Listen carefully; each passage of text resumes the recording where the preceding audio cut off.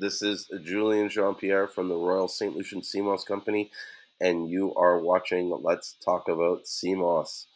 And wow, it's been a while since it's been a whole week since I've done the last Seamoss.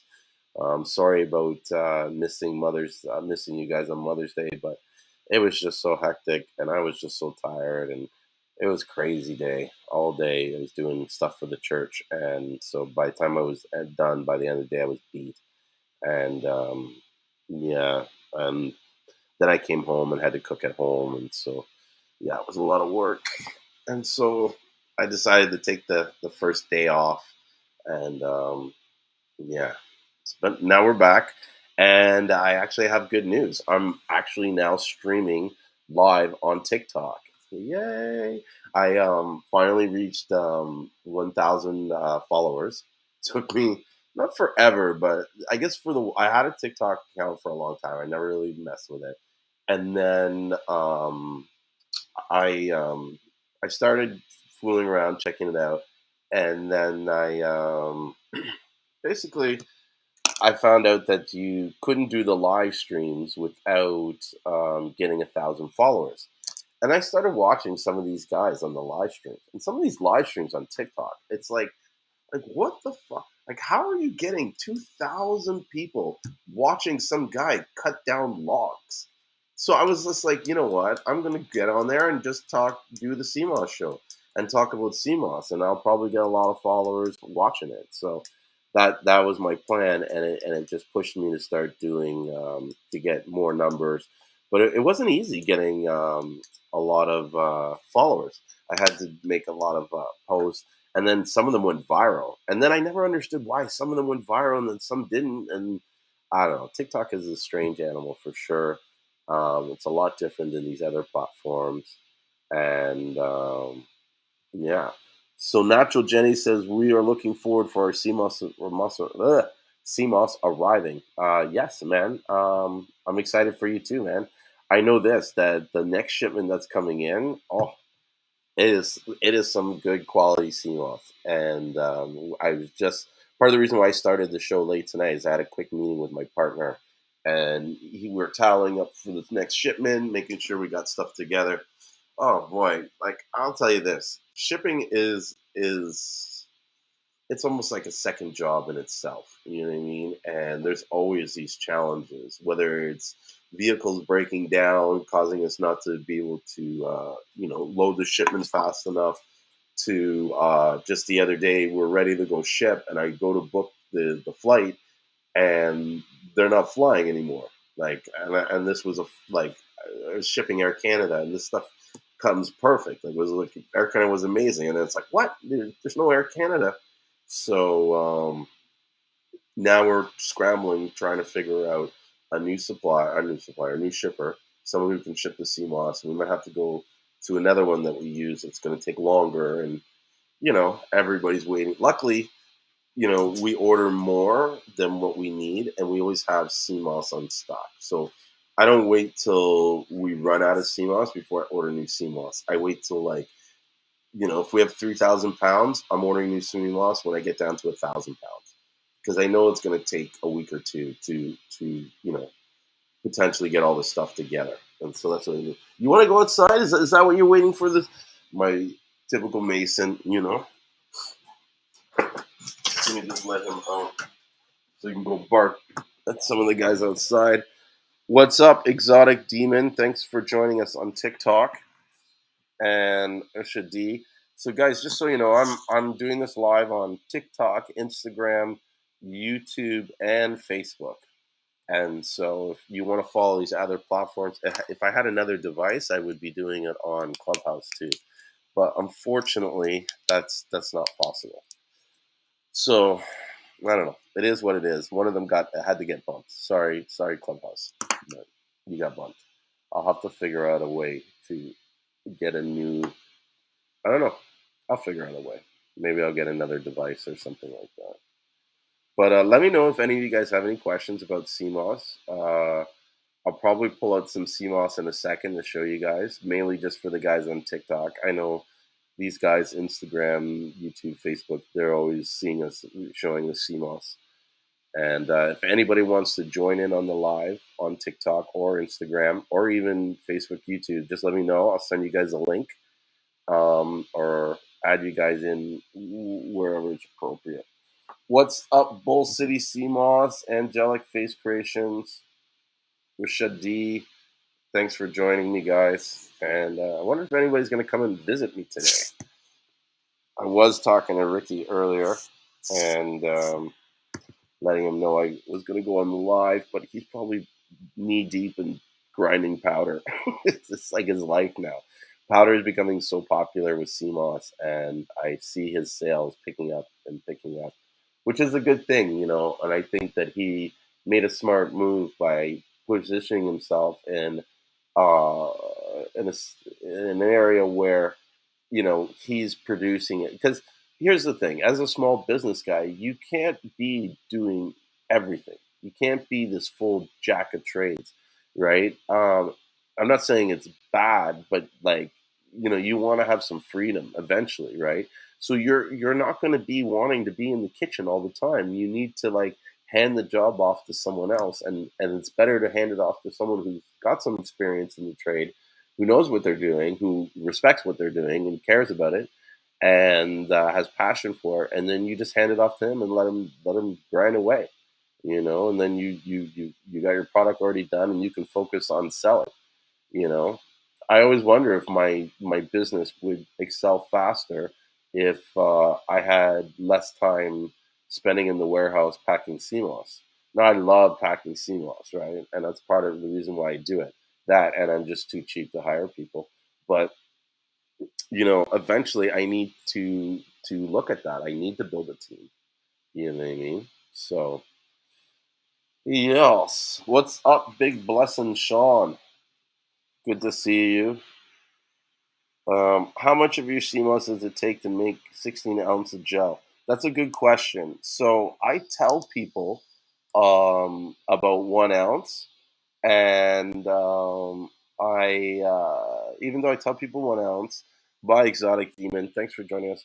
I know people that have told me that they've like gotten sometimes 20 ounces out of the 1 ounce. See, the sea moss that we get is pretty dehydrated, and so when you soak it up, it does, you know, have the ability to soak up a lot and swell up a lot, and so that, you know, it's almost like you, because there's so more sea moss per volume for the same weight, you essentially can make more gel, you know. So I hope that answered the question, and I hope I, excuse me, explained it in a way that made sense. So I'm going to just quickly check the clubhouse, see if there's any comments, people commenting, because for some reason their comments are never coming through. How many people are on today? Got 6. Yeah, there's got to be comments. Give me 1 second, guys. That one guy said he got 4 jobs. I don't know what that guy's math was the other day. Um, and I mean, yeah, I like, maybe he is. I don't know. You know what I mean? And I know this. I had someone do some tests, and they told me that you can stretch the CMOS really far without anybody noticing that there's a difference. I'll go back and check to see what the number that he did, but it was something like you could make 32 ounces off 1 ounce, and it wouldn't look any different than the CMOS that you would make 16, except maybe the 16 ounce would be a little bit more denser, you know? So Natural Jenny says, my husband sent you an email after our first order. Well, thank you. I hope I answered the email. If not, let me know and I'll go back to it. And then Bull City is grinding sea moss is a beast process. You have to wash, dehydrate, and grind, which is super messy and leaves dust everywhere. I realize that I definitely need a workshop to keep going on that. I agree. And at the same time, if you can get someone who can do it for you for less or even the same price, like, It's like, or even a little more. It frees up your time. Time is something that we've got to really sort of like be aware of or be mindful of, so that we understand that we're um, maximizing our efficiency when it comes to time. This is how people like Oprah and these other stars or people in big industries, they're able to do more stuff with us, is because they know how to leverage their time and get people to do stuff for them rather than them do all the work themselves. You know, so uh, Tesla, I'm gonna pronounce this name right. I think it's Teslami. So I just started my parasite cleanse today because I'm started taking CMOS, so it's been 3 months, and I don't feel anything but a runny nose. Well, that's not bad. Runny nose is good. I guess it shows that the mucus is coming out of you. But two things is a thought. Is one, you might be the effects might be working, but you just might not feel it, and that doesn't mean that it's not working just because you don't notice it. That's one. And two, you might want to try increasing it and seeing if there's a difference. I think that some people have a higher tolerance or a higher ability to consume more. I know I consume a lot more than 4 tablespoons a day. Now, I don't take it every day, but when I do take it every day, it's still a lot more than what's recommended. Do you grow your sea moss or it's naturally caught? Both. Most of the people that we buy from, they're either going and getting it in the surrounding areas, or they're building farms and they are collecting it from they're cultivating it. Yeah. Now there's a lot of controversy over cultivation, and I've done a lot of research and studies into it to understand how cultivation works. I've worked on actual farms, and so I've seen. I'll say this: I've done every single process of the sea moss. There's not a single process of the sea moss that I haven't done. I've made purple sea moss. I've made green sea moss. I've made full spectrum, which is basically purple that didn't make purple. Done the gold. I've bleached it. I've dyed for the sea moss. I've picked the sea moss. I've cleaned the sea moss. I've bleached the sea moss. I've dried the sea moss. I've made ropes for sea moss farming. I've made the sticks.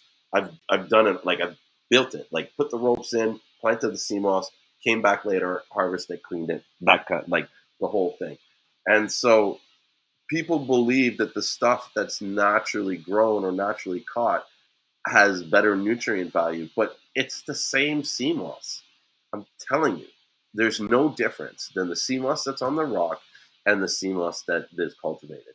To the point that you can't even unless you deal with a lot of sea moss, you know what I mean? It's not easy. Like I can sometimes look at it and okay, can tell by the feel and the way. Well, I'll say this first of all: most of the wild crafted sea moss, the real wild crafted, let me get a sea moss so I explain it.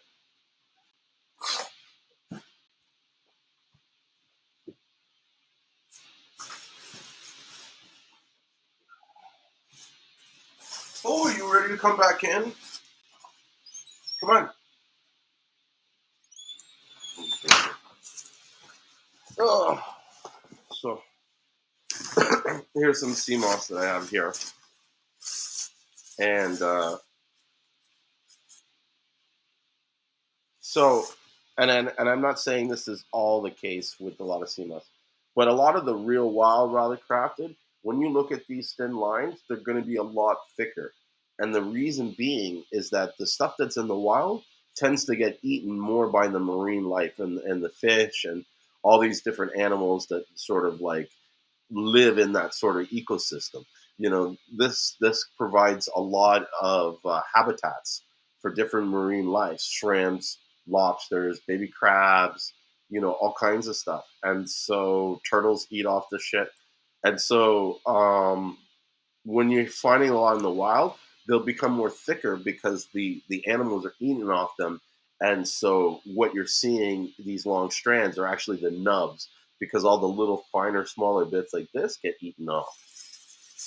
And so that's usually like an indication of how you can tell that the sea moss was in the wild. Now, like I said, the sea moss that's grown and cultivated, like almost no difference. No difference in taste, no difference in quality.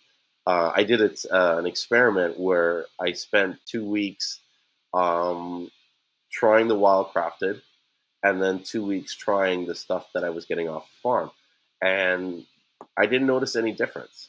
And here's the thing: the what's more important than whether or not the sea moss is naturally caught is whether or not is how the person who caught the sea moss takes care of it, how he cleans it, how he dries it, how he boxes it, how he stores it. All that can have an effect on the quality, the overall quality of the sea moss. And so it's not so important as to whether it was harvested naturally or not, but where it was, what environment it was harvested in, like where it was, harvested from. Was the waters high in nutrients? Was the waters, low in toxic metals and heavy metals and stuff like that? These things are important because the sea moss is actually a filter, and it filters whatever is in the environment. That's how it grows.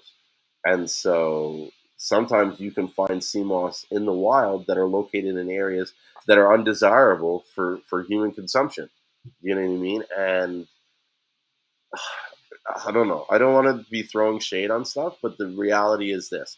If you don't know where you're getting your sea moss from, you need to be concerned about the sea moss you're consuming. Because if you're getting it from areas where the quality is not good, or that the areas where it's high in like toxic metals and stuff like that, you're hurting yourself. You know what I mean? And so, in some ways, in that respect, it's better to have the wild crafted. You know what I mean? Thanks for your practice and study with CMOS. That makes sense. Harvested versus wild crafted. Thank you. Oh, and before I even forget, I want to add this: that the stuff that's cultivated in the farms, it starts off as CMOS that's grown in the wild, right? How CMOS always it. CMOS has a unique sort of biological life cycle in which it has, three different stages of, I guess, what they call sexuality or whatever. So it can be what they call asexual, or it can be bisexual, so alpha male, female. And then it can also be C-sexual, which is it can be a hermaphrodite. So it can actually reproduce upon itself, given in certain situations. Not only that, but it's designed in its natural state that when it breaks off, that it can continue growing from a little piece. So you can get branches that break off, and those will continue to grow into bigger pieces, right? This is why in the ocean, sea moss doesn't just grow on the rock; it's everywhere.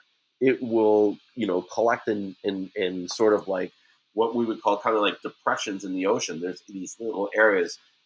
St. Lucian describes them as like holes, and so in these holes, it's like the sea moss just kind of just collects there, and it becomes this massive, huge bush. And so they use these holes as like nurseries to grow the sea moss, and then they come in and pick the pieces, and then they go and put that on the ropes. They tie it onto a nylon sort of like string, like these bands off the main rope. And what it does is it allows the sea moss to kind of sway back and forth, and so that the water currents don't flush it away. So it doesn't absorb nutrients from the rope. Like the rope is only purpose is to serve as an anchor. You know what I mean? And it anchors it so it doesn't float away. It's the same reason why sea moss attaches to the rock. The only reason the sea moss has any relationship to the rock is so that the rock holds the sea moss, so it doesn't float around and just, you know, wander across the ocean everywhere. It's kind of like anchored there, because in a lot of ways, the sea moss needs to be anchored into these environments because it needs to kind of regulate and control all the nutrients, the pH level, and stuff like that. If there's heavy metals and stuff like that, the sea moss in that area will start absorbing that to take it out of the environment. You know. Hey, what's up, Darren? Good to see you. Thanks for coming by and watching me on TikTok. I know for some people it must be crazy, especially my family, to see me kind of like live on these live streams talking about like CMOS with all this, because it's like, not a lot of people know about what I'm really doing in CMOS. You know what I mean? I've been keeping it relatively low key. Like I tell people about CMOS and I share it and I give it to anybody that needs it. You know what I mean? But to kind of go like, what am I doing in my business? I kind of keep that under wraps. But it's good to see my family here and see them supporting me. So I appreciate that very, very, very much. Um, but yeah, like moving along. So Natural Jenny says, "How long can you store dry sea moss for?" That's a pretty good question. So, um, they, we tell everybody a year, but the real answer is you if it's stored correctly, you can keep sea moss upwards of 10 years.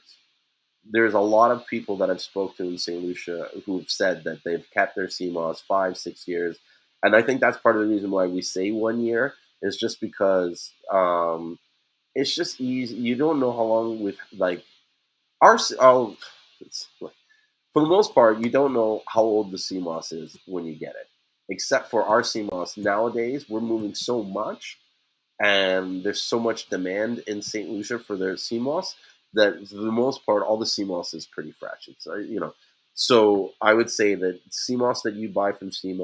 Lucia, whether it's from me or someone else, is generally going to be able to last upwards of 10 years. So my cousin Darren says, Roger tells me, you're awesome, doing well, man. Proud of you. Thank you so much, man. And yeah, I was with my cousin Roger today and hanging out with him. Uh, Can you freeze it? Yes, you can freeze the gel. The dried sea moss, like it's like in this, it's relatively preserved. It's going to stay like this for quite a long time. And so, yeah, but when you make it into the gel in the fridge will last about 3 4 weeks.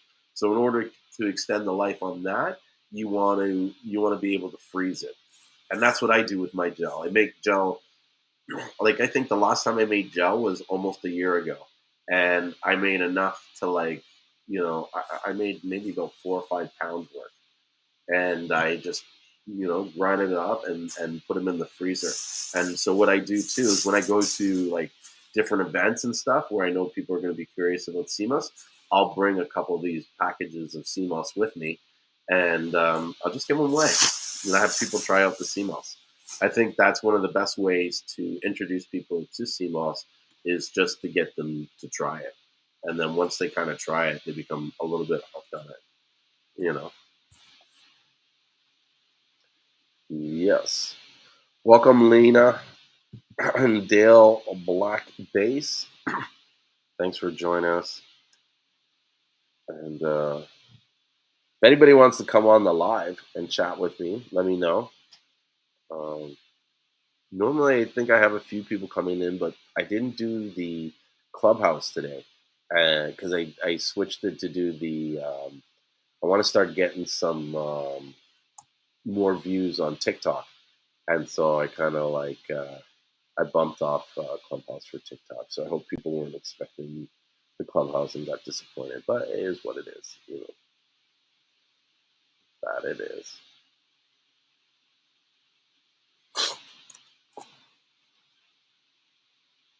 You know what? Now that there's a little break in some of the questions being asked, I'm gonna go and just Give me 1 second while I grab some water to drink because I'm feeling a little parched. I think I was almost turned on the AC.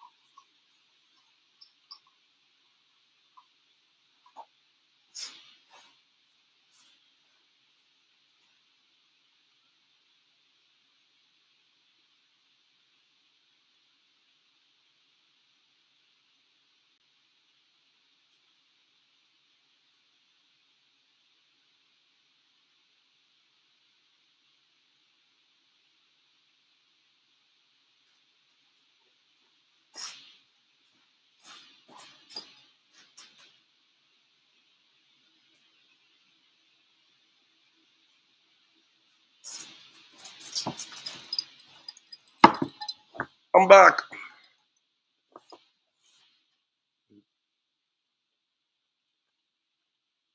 I had to take a quick bite of some food.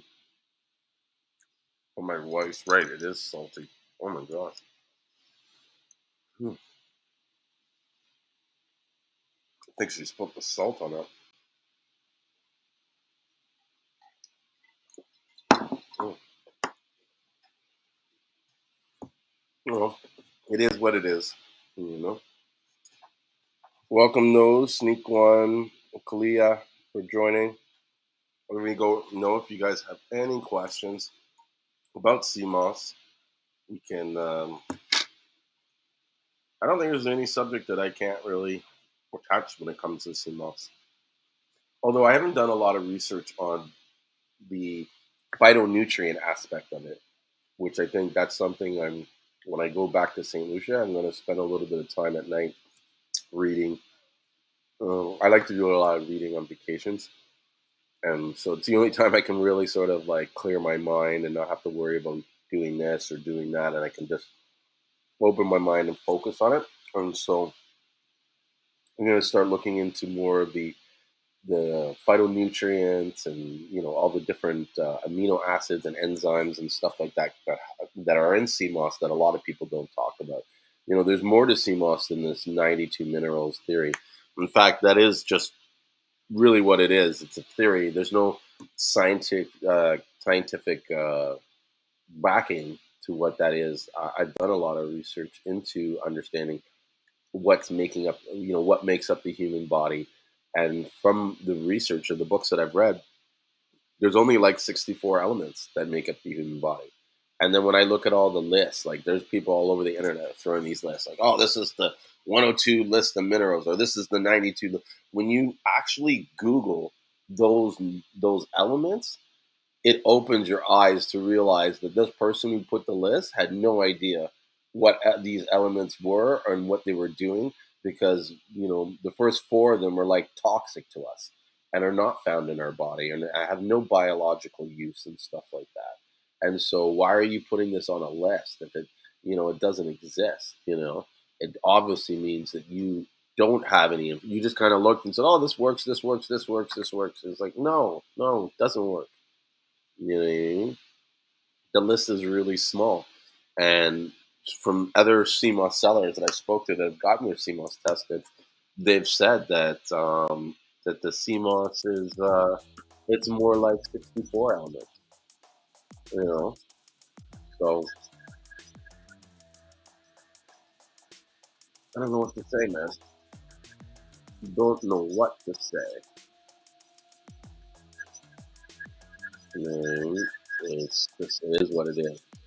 And at the end of the day, it doesn't matter if it has 92 minerals or not, or if it has 64 minerals. The shit makes you feel good. You know what I mean? The stuff it has a difference in your life. And so to me, are you telling me you're not going to take it now because it doesn't have 92 minerals and it only has 64? Like, it makes no sense. Just take it, you know what I mean, and enjoy it. Don't even worry about that stuff. You know what I mean? Just make sure that it has an effect and just focus on your happiness. I was thinking about this earlier today. Like, there's nothing more important than anything than just your happiness. Like, there's so many people that run around and try and get acceptance and validation from all these people, but yet they're not happy. And so, what's the point? You know what I mean? If you're not happy, why are you doing it? You know, like the only time I do something that makes me unhappy is because I know it's going to lead to something that's going to make me happy. And so I'll sacrifice, you know what I mean, the uncomfortable to get comfortable. And that makes sense. But to constantly, like, put yourself in this position where you need to be, you know, you're looking for these other areas to be accepted or to feel validated and stuff like that. And then at the end, you're not happy. It's like, I don't know, you know? When I look at a lot of St. Lucians, sure, some of them don't have a lot, but a lot of them are happy. A lot of them lead the life that they really want to live, whether it's sitting around doing nothing or, you know what I mean, doing tons of stuff, I'll say this: St. Lucians are hardworking. Now look at a Seamoss farmer. Like some of these guys, they don't make millions of dollars, but they're happy. They're happy being in the water. They're happy drying their sea moss. They're happy, you know what I mean, being able to spend time with their family and stuff like that. And so, you know, that's a good thing. You know what I mean? Now, should they go and make themselves unhappy by working some job that they don't want to work in so that they can acquire these assets or these sort of like material items? And what are you acquiring these material items so that other people can, you know what I mean, look at you and judge you by your net worth? Like, why? You know what I mean? Like, is that really making you happy? Is that really what makes you happy? Or is it, having the freedom? Or, you know, like for me, what makes me happy is being able to get up and work in something that I created and to be doing something where I'm maximizing my full potential. I put 100% in, you know what I mean? Or I'm maximizing the return on my effort. I put 150% in, I get 150% results out. And I like that. I don't like working for someone. I don't like knowing that, I'm putting 200% in and I'm getting a fixed income based on that. And whether I put 200 or whether I put 50%, I still get paid the same. Like, it's fucked up the way our employment system is. There's no real super incentive for people to work at their maximum ability. Everybody's sort of just trained or um, conditioned to kind of like get the most for the least amount by giving the least. And really, you should be just focused on just giving, you know what I mean? And giving to whatever you can that makes you happy. Because then it doesn't even feel like you're giving, or that it's costing you anything. So, I don't know. That was a little rant there about happiness. I just find that a lot of us, including myself, I mean, I'm happy now, but there's a lot of situations where I'm not happy. And my I guess my mindset all the time is how do I make myself happy? What do I need to do so that I'm because I know when I'm happy, there's a certain energy that gets unlocked. There's a certain state of being that you come into, and it's almost like when you do something, your efforts are multiplied because of the amount of passion, desire, and this happiness that you have to do what you're doing. You know, if I'm happy, I'm selling more CMOS. That's a fact. If I'm not happy, I'm not selling as lot. I'm not even feeling like selling CMOS. You know what I mean? I don't want to pick up the phone and do the call. You know. That's what Jenny says. Thanks for your time and answering questions. My pleasure. Listen, this is the whole reason I do it. I love answering these questions. I love even having people test the knowledge. You know what I mean? Because I feel like whenever someone asks a question, it pushes you into an area where you have to sort of test your own knowledge and build. Like it helps you grow, I guess. You know what I mean? And so, because I always tell this in real estate with my clients, I'm like, never be afraid to ask me a question because if I need these questions because I need to have as many answers as possible. And if I don't have the answer, which is possible, I don't have all the answers. But now it forces me to go out and get that answer because I know there's a question that needs to be answered. And so part of my job is to satisfy all questions. You know what I mean? And I believe as I put that position to satisfy all questions, I gain by increasing my level of knowledge. And as you know, knowledge is power. And the more knowledge you have, the more power you're perceived to have. There's a lot of situations where I can dominate the environment or the people around me because I know more. That's it. Like you know what I mean? It's not like I'm smarter or this and that or I'm better looking. I just know more. You know what I mean? And I'm being able to answer questions and come up with solutions faster with my knowledge. Yeah.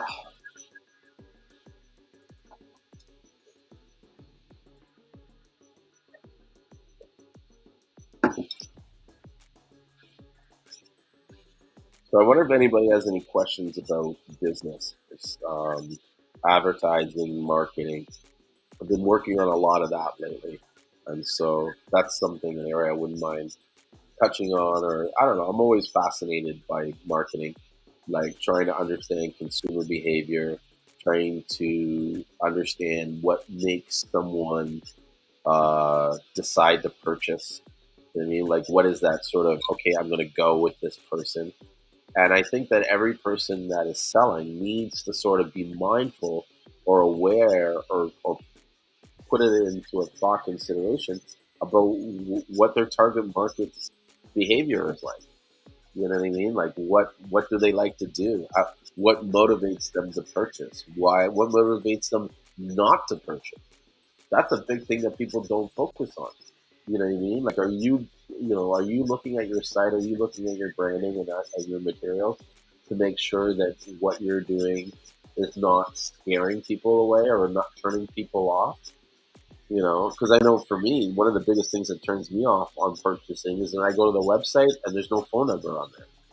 You know, especially a one hand number. Oh, and even if there's no email or no way to like really contact them, it's like that's super concerning to me. I'll check their social media and stuff, and I'll see, are they commenting? Are they responding to people's comments and stuff? A big issue I always see that I kind of tease me, irks me, is when I see those people that allow the guys to spam on their comments with the herpes medication and stuff like that. And it's like I feel like you need to like delete that stuff to show that you're monitoring your social media, that you're actually aware of what people are writing on your posts. You know, so welcome. I am unique and Juju Spin Latin. Thanks for joining us. Let me know if you guys have any questions about CMOS. I know sometimes, most times, I have a guest come in or someone talking. Seems like no one's around this week, but that doesn't mean we can't hang out here and talk more. Um,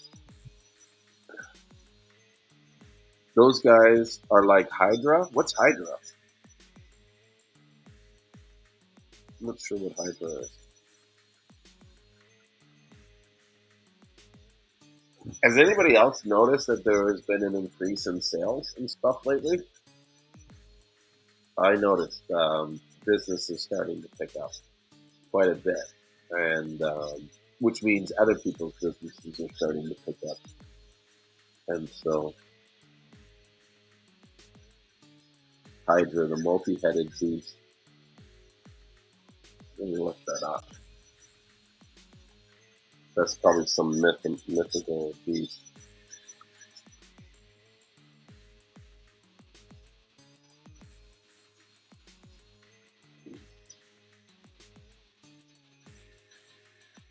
Oh, is he like these, like the Medusa kind of thing? These guys in the ocean. Okay. The Hydra alerna.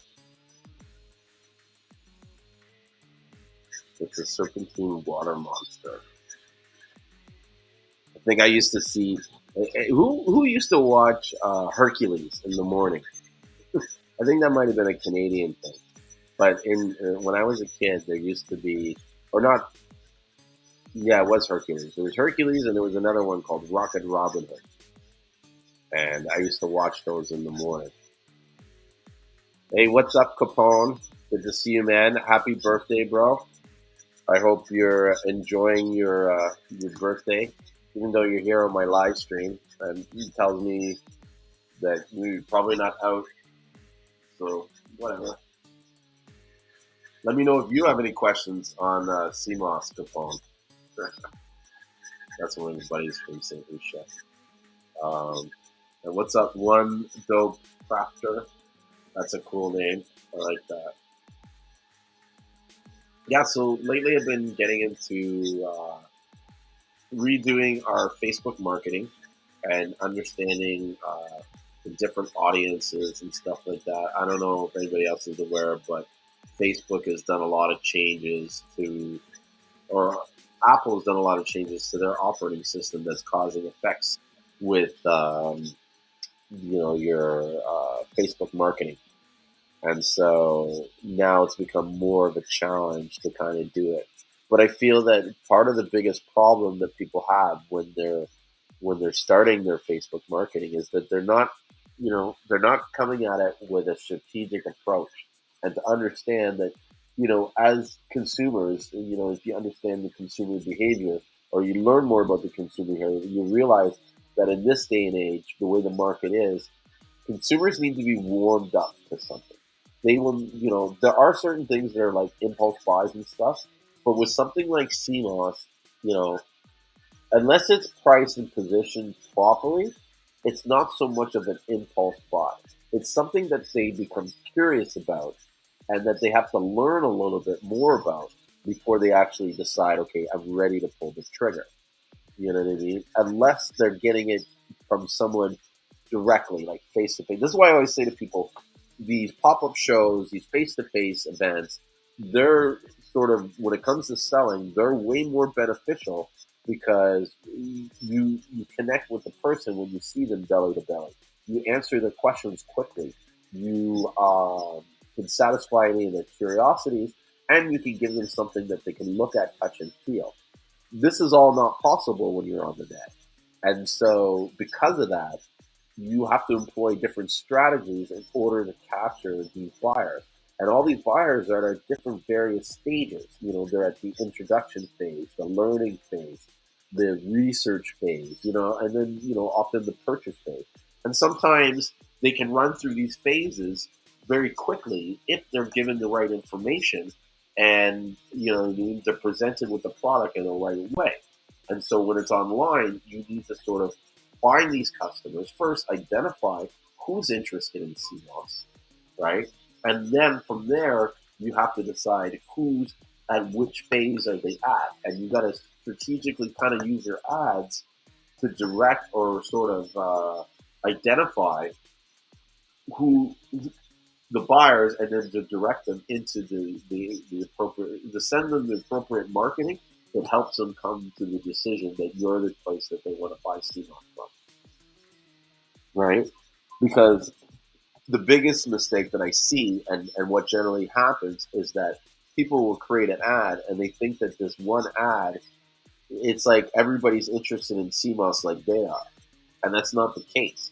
In reality, if you were to put 100 people in this room, maybe one or two might have some kind of interest in CMOS. You know what I mean? Now, if you're, let me put it that way. If you put them all in a room and throw them an ad, they might do it. But now, if you were to put them in a room and talk to them about CMOS, you could probably sell CMOS to all of them, right? And this is, again, why I say belly to belly is, the best, because you can run through all those different phases and teach them that stuff directly in the face, usually in the span of 5-10 minutes. You can't do that with the ad. And so you got to understand in regards to Facebook, how to develop Facebook audiences.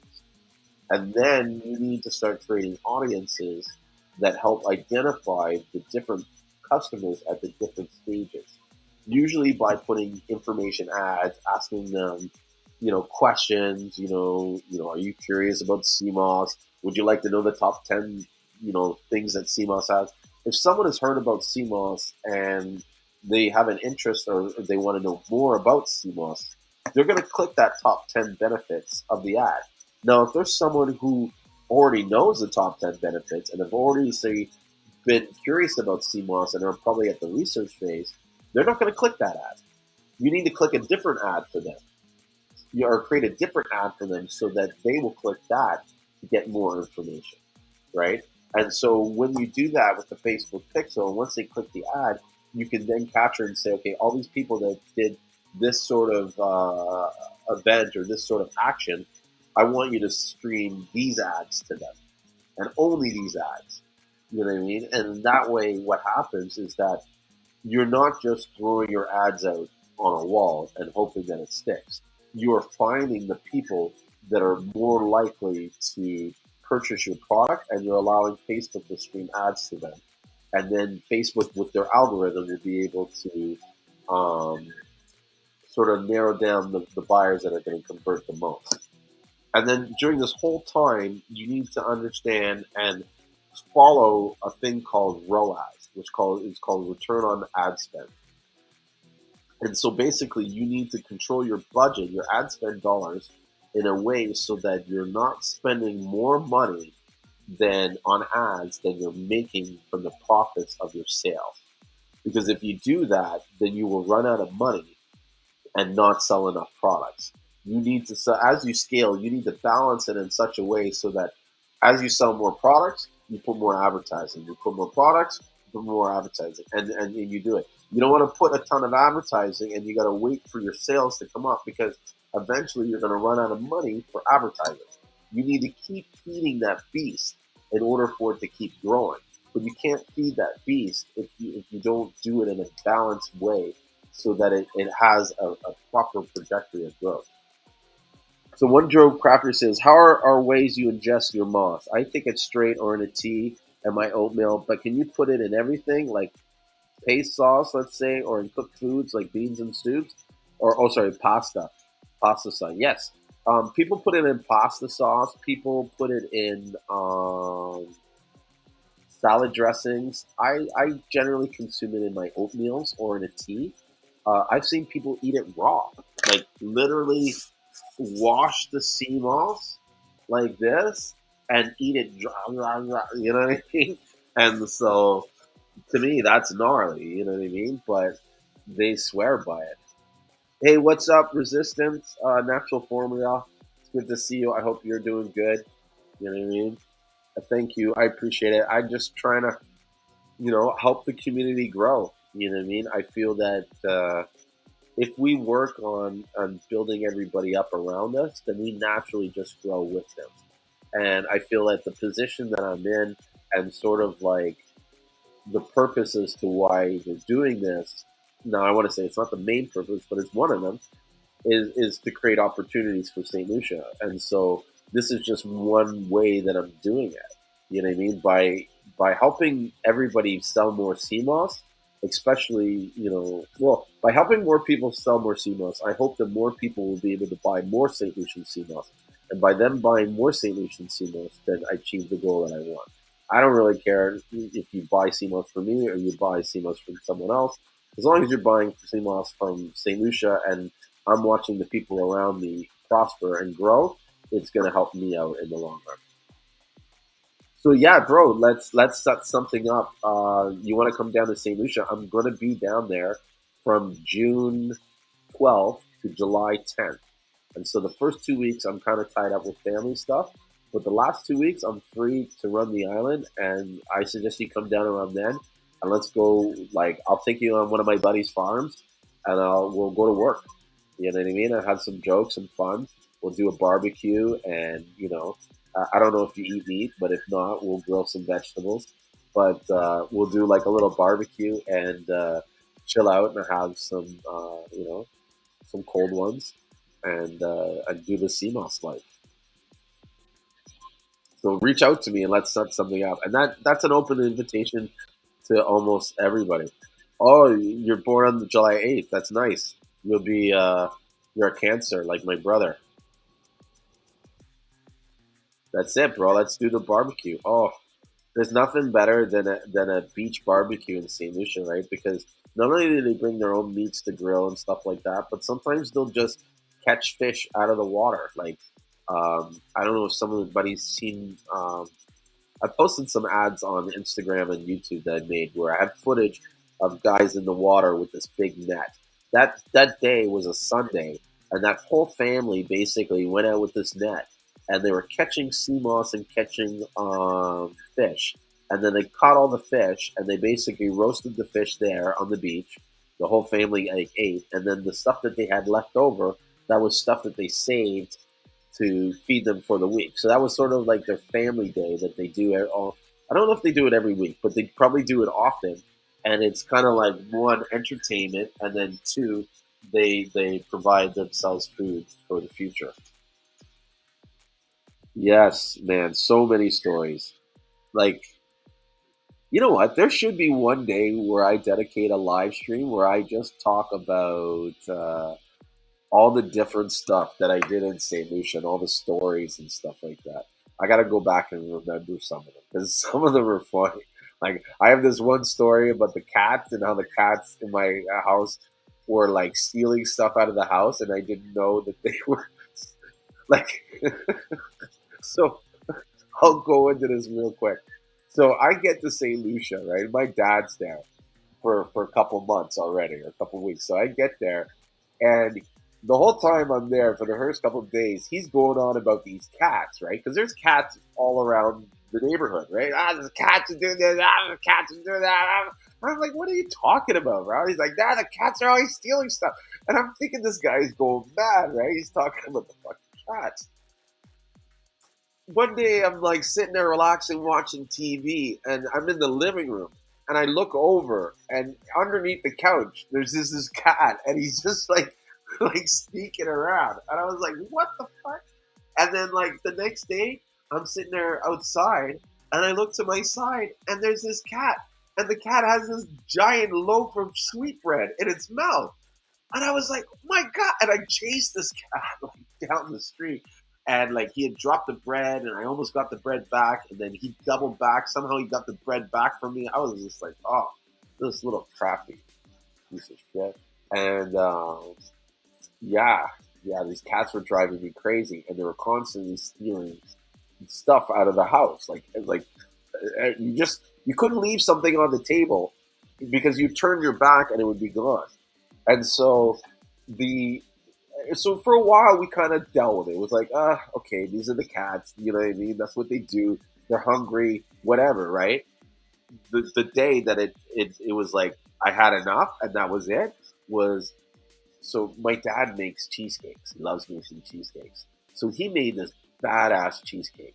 And this wasn't like the regular cheesecakes he made. He had this like graham crack or not graham crack Oreo cracker cookie crust, you know, like with the black crust. It was awesome. And the cheesecake this time, he had made it perfect. Like no cracks, no nothing. This thing was bomb. Like it was just like, and so he pulled it out of the oven and was like, "Oh, look at this cheesecake! Oh, this is the best!" Like we were all excited to eat this cheesecake, and so the cheesecake is sitting on the kitchen counter, cooling. We're in the kitchen, but for I guess like maybe 2-3 minutes, our back was turned to the fucking cheesecake. We turned to eat the cheesecake, and there's these fucking paw prints in the cheesecake, and this big chunk where you can tell this cat had stepped on the cheesecake and just ate it. There's like, ah, ah, ah, ah. Oh, I was pissed. I was so mad.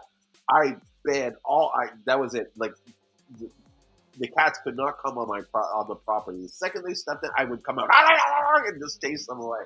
And I think it took me maybe 5 days, and then they all stopped coming around. But these cats were crazy. And yeah, the one drove me nuts.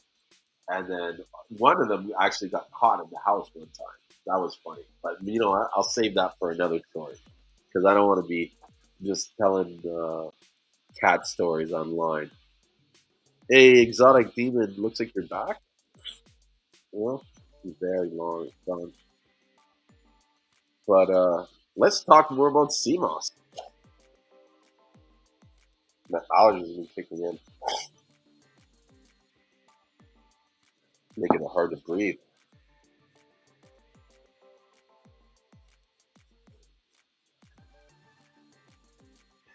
No questions?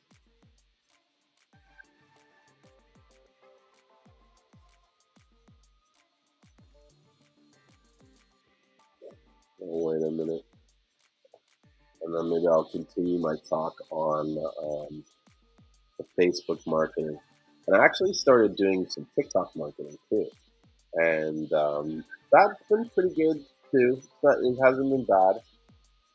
If I had to look at all of them and ask myself, like, what is probably the best sort of all around advertising platform to advertise on, I'd have to say it's Google. And now that I even say it, I think that anybody that advertises on Facebook, they need to also advertise on Google a bit. And the reason why I say that is because Facebook is good for getting the ad in front of someone's face that might not be specifically looking for that product, right? And so, you'll have someone scrolling on Instagram or Facebook, boom, boom, boom. Oh, there's an ad of CMOS. There's an ad of CMOS. Eventually, they're going to decide, okay, I'm ready to go buy CMOS. They're not going to go back to the Instagram or the Facebook page and flip it and say, okay, where's that CMOS company that I saw that ad for? They're going to go online and be like, what was that company's name? And try to remember the company's name. And they're going to screw it up somehow and get like, little CMOS or whatever. Now, like, that's why we called the company the Royal St.Lucian CMOS Company, was because when someone searches for St.Lucian CMOS, I want us to come up, you know? And so, like I said, they do the search. And now if you're in the Google AdWords, when you come up, like when people search for CMOS, your link will come up and they will see it and be like, oh, I saw that ad on Facebook. And then they'll click the ad and go to a site to make the purchase because they made a connection and they were able to tie it in with something. One thing that I've learned with marketing is that people need to see your product at least 9 times before they develop enough trust in order to make a purchase. Okay, this is the reason why everybody knows about Coke and Pepsi, but no one remembers Tab. You remember Tab?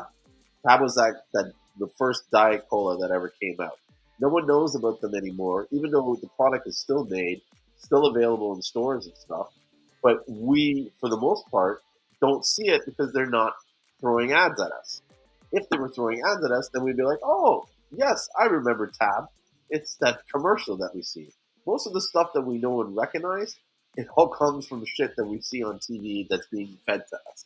You know what I mean? Even the information, the opinions we have, the stuff that we think is going on in the world, it's all, you know what I mean? That's why a lot of Americans think that, like, the whole world, the whites are, like, it's like this. You go outside of North America and the world is a different place. You know what I mean? And a lot of the stuff that North Americans or specifically Americans deal with racism doesn't really happen in other countries. You know what I mean? I don't feel that kind of racism so much in St. Lucia or in other countries that I've been to. I do see this. There's a lot of times there's a divide based on class, and if you are in a certain class or you live a certain lifestyle, then people will tend to sort of be segregated from that or want you away. They want what they would deem as undesirable away from them. That I see more than just like you're black, so I don't like you. You know, which I guess happens a lot in the states. Although I can't keep sure because I don't really go there. But anyways, I digress. I'm gonna take a sip of water.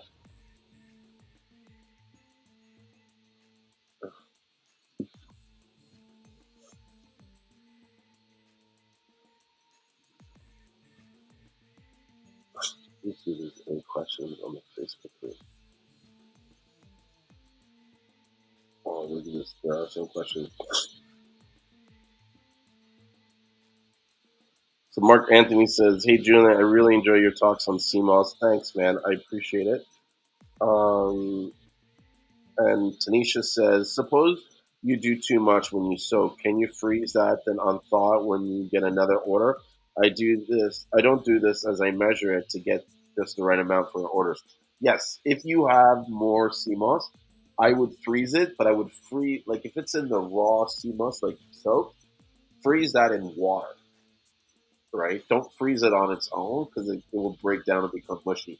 But if you freeze it in the water, when you thaw it out, it will become relatively the same as you had it before. So that's what I would do.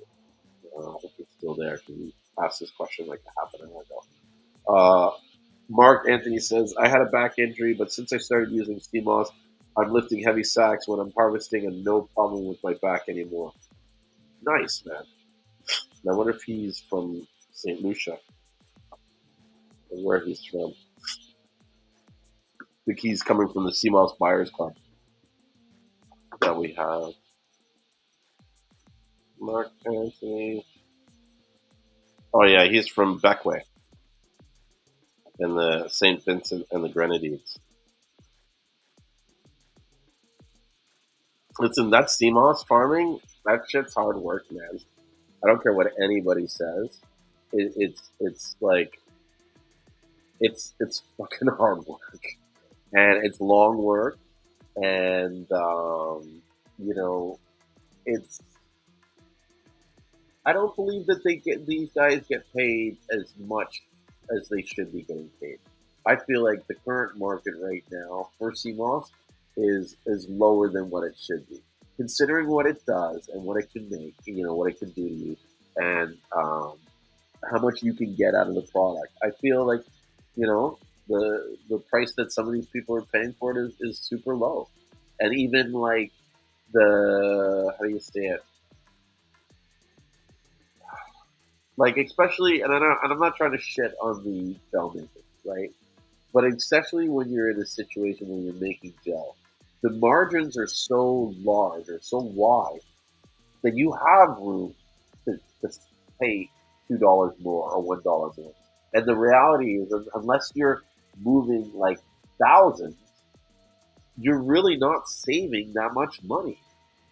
You know what I mean? So you pay $2 less, right? And you buy 200 pounds, right? You're saving what, $400 off the whole thing. But on a price like wise, sure, it sounds a lot, $400. But when you factor it into the product, like the individual price, like how much you're saving, it comes down to like pennies or like 50 cents or a dollar. You know what I mean? And so at that, and no, it can't even be a dollar. It can't be less. Let me give me a second. I'll do the math. Okay, say, you know what? I should build a spreadsheet so I can just put the numbers in easier. But it's like this. Say you paid $40 for your pound of CMOS, and you divided that by 16. You made 16 jars out of that 1 pound.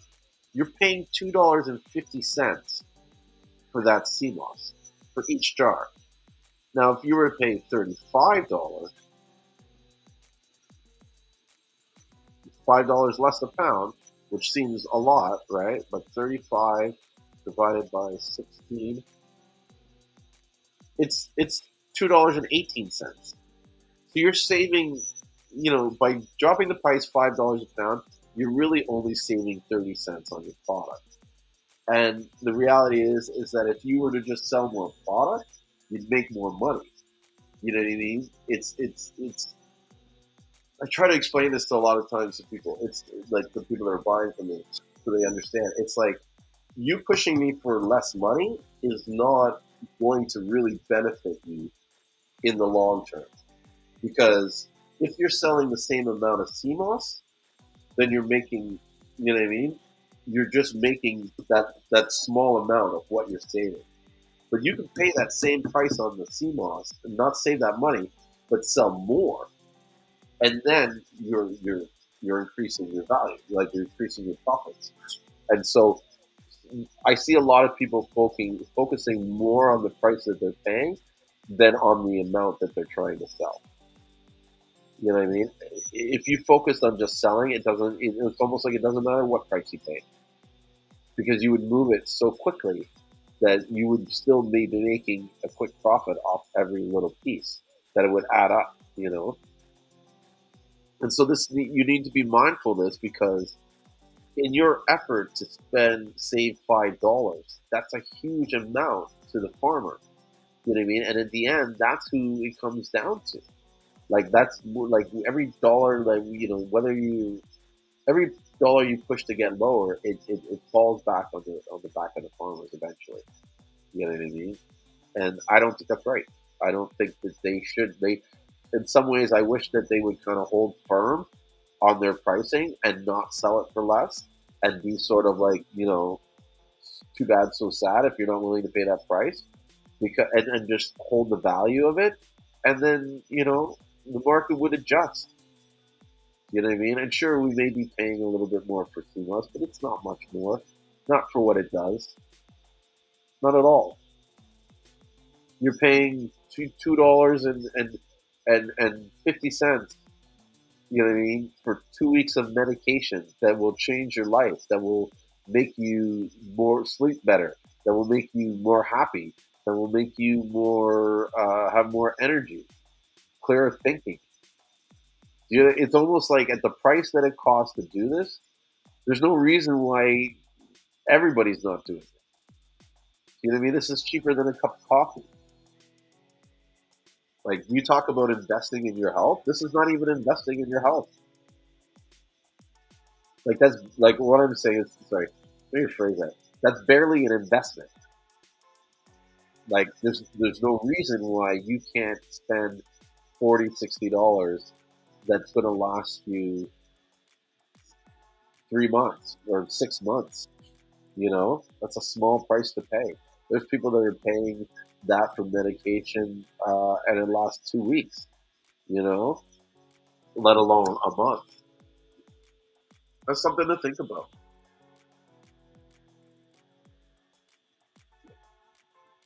Even when you buy it at the gel, you know what I mean, from person, that gel, what, costs 25, $30, and that can last 2 weeks. You know what I mean? Like $15 a week to have, to leverage your health. You know, I think it's a good thing. It's a good thing.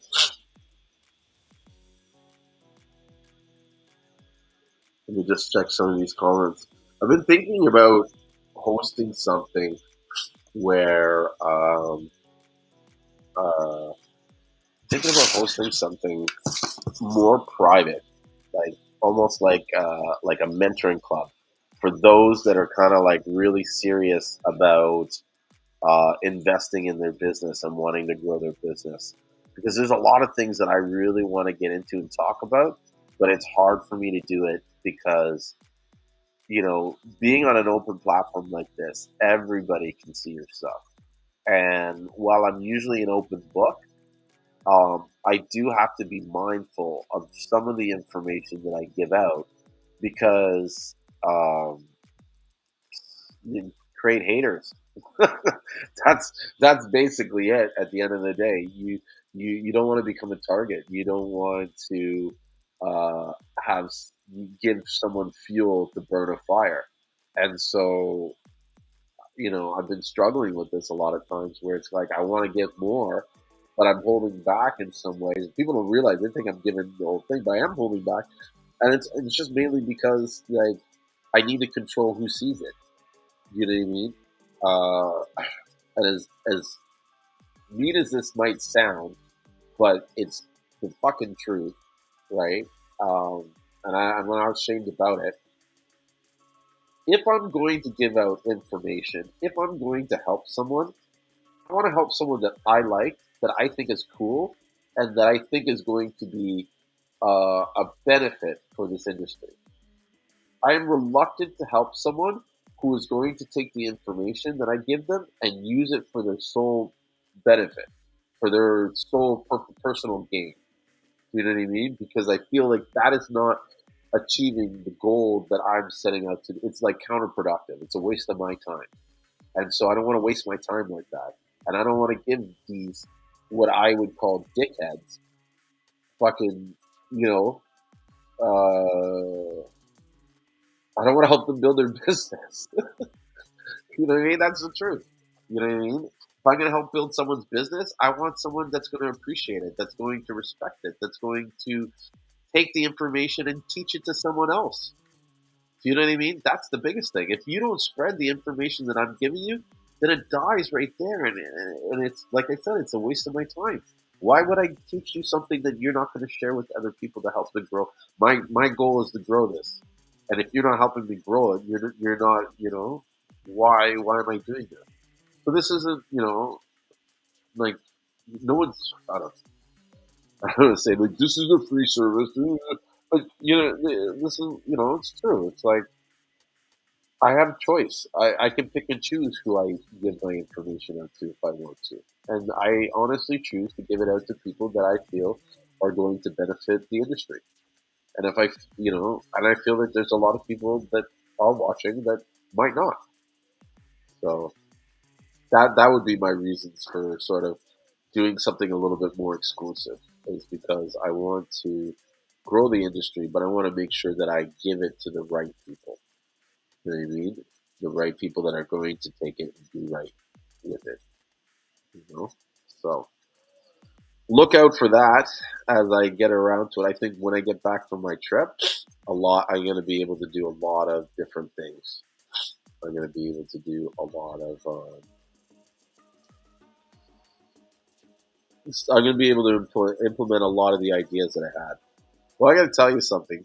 I'm just watching this TikTok, and it sucks. This live, I worked so hard to get this live stream, and I thought all these people would be coming in and checking it out, but it's a little bit of disappointing for the first day.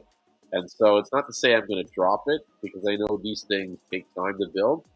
But as I'm looking about it now, I'm thinking, fuck you, TikTok. I'm going to get off and I'm going to go to Clubhouse. And I'm going to see if there's anybody down there. That's not bad. Since this live, I did 75 views and I have one new follower. My live experience was 4. Not enough comments, didn't get new follower. Boom. Who's poor? It's crazy how this TikTok thing is and how they have these people on there, like literally making an income from people sending them in emoji cons. It's like, what? Like, definitely, if you were to tell me, say, 25 years ago, that we're going to live in a world where we're going to be talking online through these different platforms and messaging each other, and that people are going to go online and other people from around the world are going to watch them and and when they do something that they like, they're going to send them these little icon things that they paid money for, that they send to the other person, and the person doesn't actually get anything physical. It's just the validation of this coin that then turns into money. It's almost like kind of reminds me of those like little peep shows where you put the quarter in and then there's this someone dancing around like look at me, and then it kind of comes out as like put another quarter in, put it like I don't know. I just some weird shit. It's so crazy. But let's go to Clubhouse. And maybe I'll do Clubhouse for a little bit, and then no one comes on, and I'm gonna shut her down. I probably won't do it past. I was gonna say past 12 o'clock, but now I'm looking, and it's fucking almost 12 o'clock. But I'm trying not to do these shows late, because I don't know. I like my mornings, and lately, since I've been planning this trip to St. Lucian, since I confirmed I'm going, I've been getting up every day at like 4:30, 5 o'clock. It's pretty crazy. It's like my body knows I'm going back because in St. Lucia, you rarely anybody sleep past 6 o'clock. Like my partner messages me like 6:30, 7 o'clock every morning, and when I talk to them, they're up, they're ready to go to do their day. Which in North America, usually things don't really open up till 9 o'clock. Down there, everything opens up around 7 in the morning, 7:30. 11:45.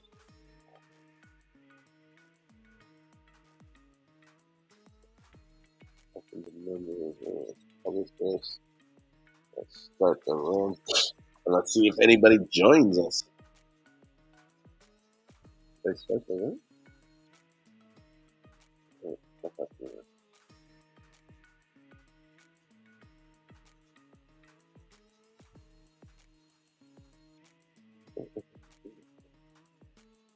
What's going on, Clubhouse? How do we get to my room?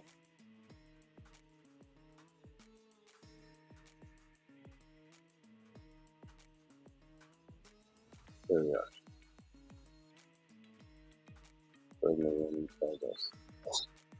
Hey, what's up, Rick? Let me invite you there. Yo, Not much, not much. I was experimenting with TikTok. Oh, really? How'd it go? Ah, shit. That's why I'm here. I realize I'm like, why am I keeping this thing on? And like, no one's like joining me. No one's asking any questions. And I dumped the clubhouse to get the TikTok. And I'm like, I know so many people that usually like to talk on the clubhouse. So I'm like, you know,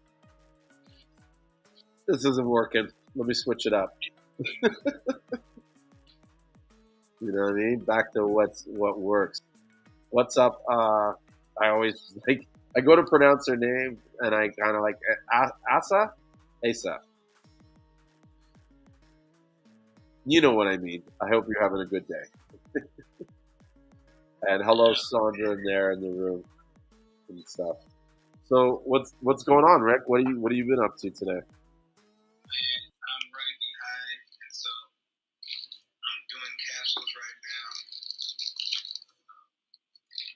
Yeah, that's what I'm doing. I'm sitting down doing capsules. That's what I knew. That's what you were doing because when I was on the TikTok and I seen you were coming on the Instagram, I was like, yeah. I go, Rick usually joins, but he's probably like knee deep in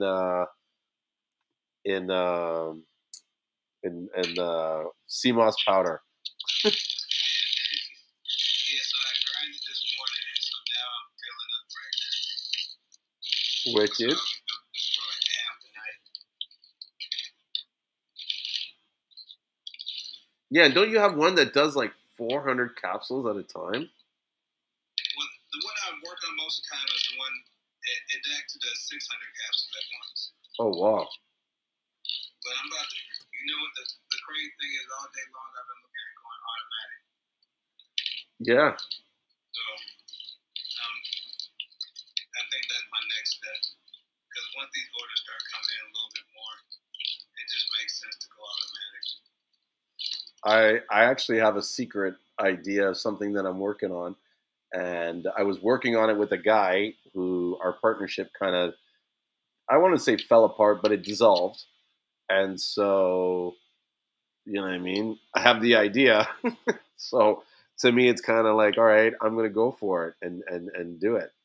And so I don't want to say it on here, but Rick, I'll share with you, and it has something to do with the capsules, but it's just a different method that I think if I can get it right, it would be kind of a game changer. Okay. Hmm. For that. Yeah, go ahead with the capsules. Yeah. Yeah, this is what I'll be doing all night long. Hmm. Hey, did you see that post where the Peter and Noel guys were doing the Bob one day, and then the Yeah, and then that guy made the comment about not eating the bark and stuff? I didn't see all that. Oh, okay. So there's a guy. His name's Raul. He's actually a friend of mine, which is why I'm gonna call him tomorrow and ask him. But he said in the thing like it's not safe to consume barks and herbs and stuff like that, and that like stuff like cinnamon and Bob one day, you have to be careful when you take it because it can be hard on your digestive system. And so I'd like to know more about that from his perspective because he was saying it should be brewed more as a tea and stuff. And that's how I know Bob Day as a tea. Like you're the first person, and these guys too, that I've seen make it into like a pill form. And even as the pill form, I'm kind of like, bro, I'm like, it's like what happens if you take one pill too many? You know what I mean? And your shit doesn't go You know down. what the funny thing is that I still haven't put it in the pill form. I put it in powder form, but I just can't see myself putting it in the pill. Yeah, I've been watching how it dissolves. Like if I make a tea, I'll put a little bit in the tea and see how it dissolves in the tea. But other than that, yeah, I don't like. That's the thing is like I made all the powder. I don't know what to do with it really because I'm like I'll probably end up doing a tincture with it. uh-huh. And just use it for tincture. But yeah, I don't want to put that in a pill. Yeah. Well, what I'm thinking you might want to do is make some kind of like strongman blend, right? And then it's like say it's got like a blend of the Bob one day, some maca root, whatever kind of stuff that you add to help with blood flow and stuff. You know what I mean? And then maybe moringa or whatever, and it's like you put it in like a jar, and then the person kind of scoops up a tablespoon or whatever he wants, how strong he wants to make it, and then puts that in his tea and drinks that like a tea. Um, I had something similar from that company Herbalife. Yeah. Yeah, so Herbalife, as crazy as it sounds, is the only sort of protein system or whatever that I've taken where I've actually seen myself lose weight on it. Like, yeah, you think that thing is a cult and it's all multi level scam or whatever. I'll say this: I like the products. I buy them, and I found results from them. But they would make this tea, this like energy tea that they made. I don't even know what was in it, but this stuff, it's like you took it and it was like your brain just like everything became clear and you were like super motivated. Like I would just get so much. It was like, what is this, meth in a cup? Like, you know what I mean? I did Herbalife too. And like 2013, I did it for like 3 months, and I lost hella weight. Yeah. I was doing yoga and like the P90X. Mm-hmm. Oh shit. P90X. Just in the living room too. I did have my own pace, whatever I could do, and the Herbalife I did. I didn't really do too many of the protein shakes because I'm not big on like protein supplements for some reason. Mm-hmm. I want to say it's whey protein. I believe I have to double check, but I had that tea too. Tea had me lit. Like I was running miles. It was slow, but I was doing it like pacing myself. But Herbalife was popping.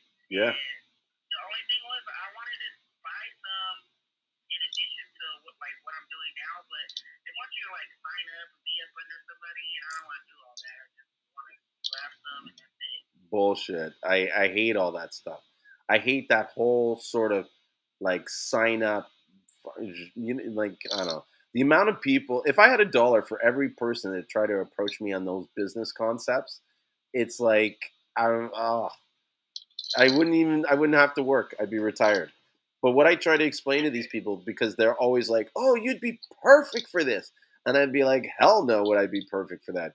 I'm the worst guy for this." You know what I mean? And they're like, kind of like, "Why?" Because like, "Oh, you know so many people." So it's like, because I don't like working for other people. Do you know what I mean? And the second I start feeling like I'm working for you and you're making the bulk of the cash, turns me off. Yeah.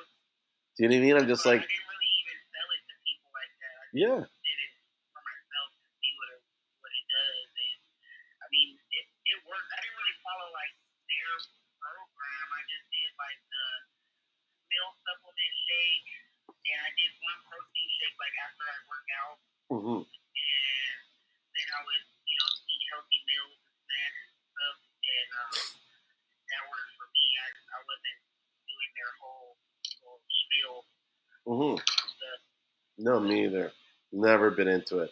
What I found is that the people that do the recruiting are not the ones that make the money. It's the ones that sell the materials to the people doing the recruiting. That's where the money is made. So sorry.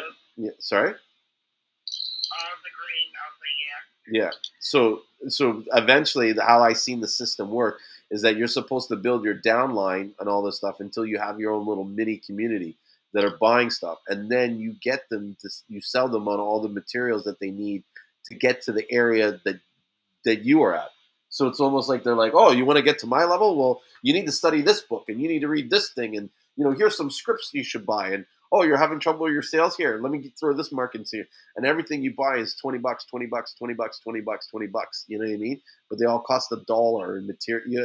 Like I saw the scam and I was like, bro, I'm like, because my cousin tried to get me in it, and I'm just like, bro, I could like, why are we doing this when we could create our own products and we could create our own thing? And you know what I mean? And if we're going to put all this effort into trying to sell people, why aren't we selling our own shit? You know what I mean? Or something that we're getting more money from. You know what I mean? I don't know. What's interesting that I'm doing Seamoss now is there's a company called Life Force, and they're based out of San Diego, and they have different products. But the one product that I used to use was called Body Balance, and it was basically like multiple seaweeds in a drink, and you take like 2 to 8 ounces a day, and it pretty much does what Seamoss does, balances your body, your hormones from the inside out. Mm-hmm. And I got into it because my boss, I used to work at a prison, and my supervisor, no matter what stressful situation came up, she was always smiling. And I asked her one day, I was like, I don't know why it just dawned on me, like, you know what, I'm coming here crazy, and I don't even have kids, I don't have, I just have myself, and I'm like, you get here crazy. So I asked her, I was like, how do you, maintain, like, throughout the day and everything? And she was like, body balance or whatever. So it's kind of the same system as Herbalife as far as, like, you buy it for yourself from that person, and then you can start selling it and stuff. I didn't really get into selling it, but it actually was amazing, an amazing drink. You just mix it in with like some orange juice or something, takes away the taste. So it's interesting that now I'm into a different algae and sea moss, which I think is actually probably way better. But the seaweed was really good too. But it's cool that now I'm doing something for myself, instead of working for like that company and making them money, as you were just explaining. Um, but yeah, I tell people about people, like, people will tell me, oh, I need to find something, I need it, to get me working for myself and this and that. And I always tell them about CMOS. I tell them, there's plenty of companies that'll like help you get started, like walk you through the process, and that's totally different than going to a job or something like that. They'll have training, but they're not training you to succeed. They're not training you to move up in the company. If you do it, at your own accord for the most part, Mm-hmm. and stuff. So I like what we're doing here. Mm-hmm. Like, do it for yourself, and it's a slow process for me getting started. I know I could probably be a lot faster, which I'm not in a rush, but I know there's people that started at the same time I started, and they're making thousands and stuff like that. But hang on, are you happy? Yeah. Then that's all that matters. Do you know what I mean? Like. At first, I was like, oh man, these people are here and there. Like, what are they doing and this and that. And I had to realize, like, I have to be honest with myself. I'm a slow moving person, and that's okay. Like, I have my own pace, and in the end, like how I had that post about the 92 minerals and stuff.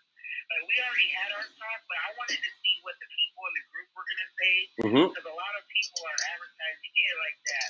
Mm-hmm. But me, I'm thinking in the long term of when this becomes something that bigger companies are going to start using, because they've been using carrageenan for what, since like the 40s, 50s, the extract, but not CMOS. Mm-hmm. So eventually, bigger companies are going to come into the business, and they're going to have the funding and the capital and the marketers and the business-minded people behind it to make it propel, and they can do it quickly. And so, what's going to make me stand out 5-10 years from now and have my company long-lasting? Not, sitting here just regurgitating information. Yes, you're going to do that when you start out because you don't know everything, and you never will know everything, but you have to start somewhere. But as you go along, you can't be biased to old information. You have to adjust, and that's why I posed that question in the group, because I'm like, I want to be in it for the long term, and I want to be able to stand out and hang when all these other companies start coming in and making it cheaper for people to buy, and a lot of them won't even be worried about how what's that one lady named Sandra that's from Peru, how she's talking about the ecosystem and everything like that. Yeah. So, like, yeah, with its oh yeah, that lady that was talking about sustainability. Yeah, well, I'll say this, and I didn't want to say it online, but I'll say it on these live streams. Maybe she'll watch it. That girl Zelda's full of shit. She does not have those test results. That's why I went at her like that, and she knows it. You know what I mean? This is the same girl that 2 months ago was saying that she couldn't sell to the average person, and that you need to be like a licensed exporter in order to do it. You remember when she put out that thing where she was like, "Oh, you know, I need to sell this Seamoss quickly," and then Calla got all ruffled feathered because he had placed an order for 20 pounds, and she called him back with some story about how she can't sell to him, and that something like she's not able to because of the small size and stuff like that, which was another thing that you could tell was kind of full of shit, and that's why I think Calla was pissed. He didn't want to call her out a liar, but in some ways, like, the things you're saying is highly suspect. You know what I mean? Like, just be honest. Say, look, I got a better deal. Sorry, guys. If they get off a quick 20 pounds, like that, it might be a small order compared to like 100 pounds or something like that, but that's not an extremely small order. No. And if it's somebody that's interested and that's propelling in the business, and you see that by the way he posts, and you know he shows you what he's doing and shows you how he's increasing his profits and everything, then that might tell you that this person is doing something good and doing it well, and he's making that 20 pounds turn into 100 pounds. For sure. Calla goes through a lot of Seamoss. He makes a lot of money selling that Seamoss stuff. You know? The gel and everything. So... yeah, when she posted that I was like, okay, somebody asked her for results, and then she was like, oh, I can inbox you the photo, vital instances of some shit, some duplicate. I'm like, every Seamoss person that I purchased from has that when you purchase Seamoss from them, when they ship it to you. So that's not anything special. This is what I'm saying. Like, she's just making shit up. Like, it's just like, oh, I got the test, and no, you don't. You know what I mean? Because I'll say this: how is it that there's even 8,000 people in that group, and not one person has the test results? Not one person can come up with the list of 92 minerals, and we're all striving to get that list. How is not one person really have the list yet?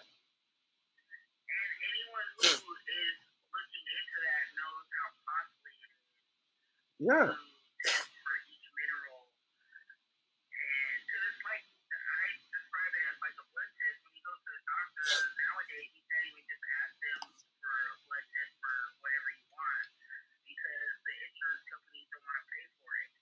Yeah. Unless there's something wrong with you, then they'll test for it, but then they have to test for each year. And yeah. 22 for different things that could possibly be wrong with you. So with Seamoss, like, to test 90 for 92 minerals and all that stuff. But as I was researching, I was like, a lot of the information that I was reading up on were from like doctors, scientists, food scientists, and all this. And they had variations of similar information, which was it's not really 90 something minerals that our bodies require. It's that the universe is made up of 90 something elements. And when you mix elements, they can make minerals, but not the other way around. Mm-hmm. And then people keep posting that little photo that I've seen since, like, Dr. Sebi was alive of, oh, these are 90 some mineral or 100 and some minerals, but they're not all minerals on there. Some of them are elements. Well, did you see in that post where I went at that guy and I showed him that like I googled some of the elements? Bro, that guy had me like waking up early in the morning pissed because he was like, because the guy called me a flip flopper and he's trying to twist my words. Listen, I don't. If you read my messages and you read the comments verbally, literally, you will see I never flip flop. You know what I mean? I maintain the same message all the time, right? That's what I made a comment to him. I told him, I was like, I think Julie, from what I've been reading, I think Julie is the closest out of what everybody's posting as far as what you said, there may be 60 or so. And he came up with 60 something. I'm like, I don't think he ever said that. But what I don't appreciate in the group is that most of us in there are either business owners or becoming business owners. We're about to run a business. And when we're commenting, most of them are commenting as themselves and not as a business owner. You never know who's looking, watching. Mm-hmm. It could be an investor or whatever. People are, starting to pay attention to CMOS. So carry yourself in a better way and stop attacking people. You don't have to start telling somebody, oh, they're not shit, or they're a poor research. You don't have to start saying that to prove your point. Who, me? I don't get that. Who, me? No, not you. I'm talking about people in general. Oh, okay. In this group.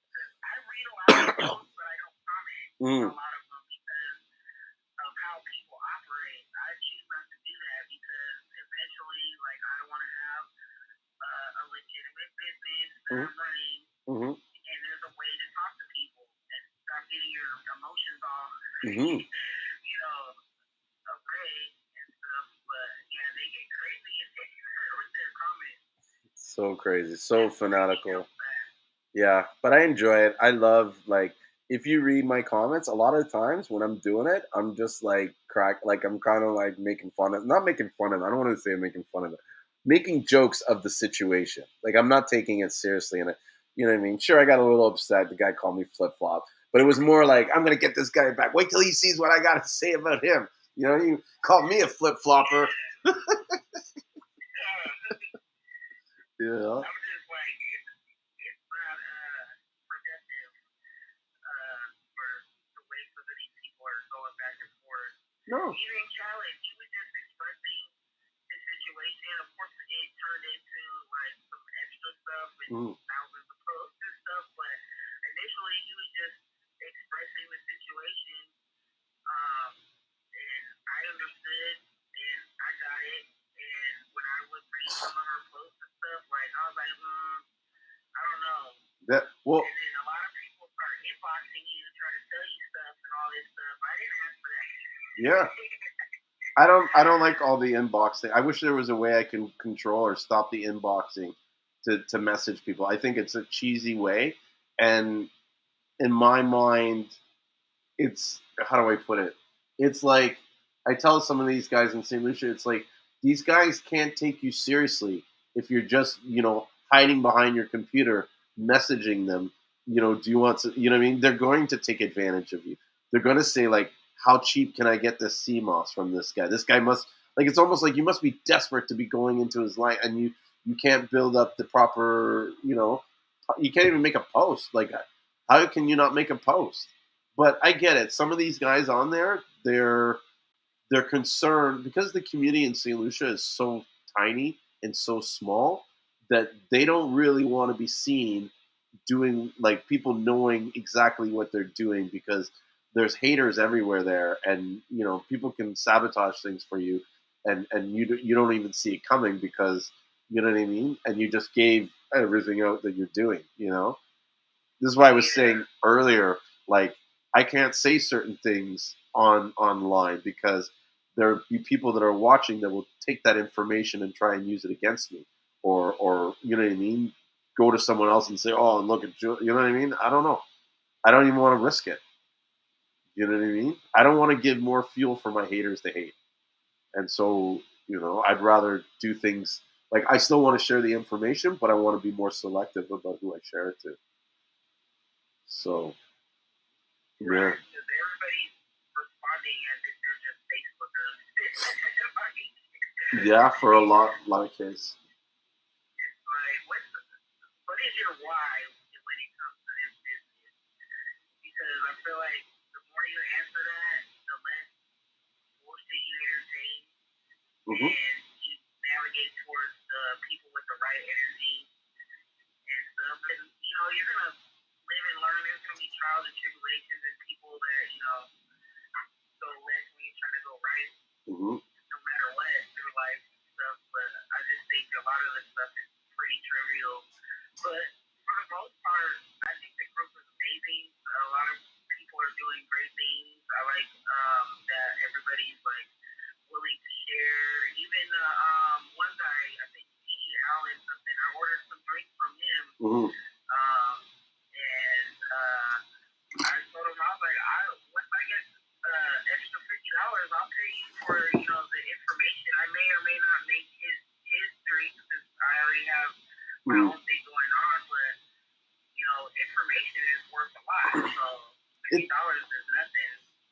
Nothing. I can't believe that people would have an issue about him spending the money. It's like, are you kidding me?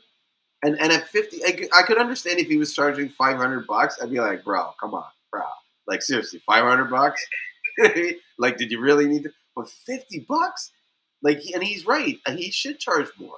Just to get the knowledge of how he derived at these recipes is worth the $50.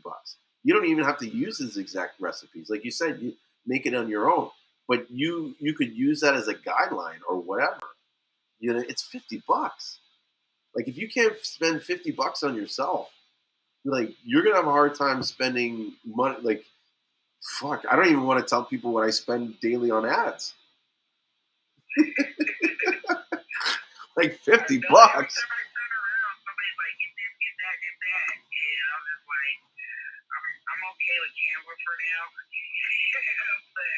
You're okay with what?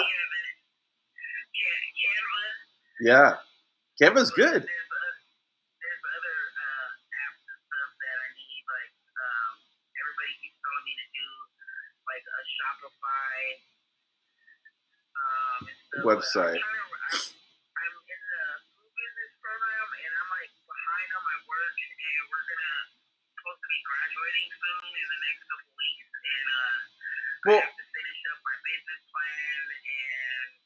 And are you happy with the level of sales that you have now? I would say, I wouldn't use the word happy.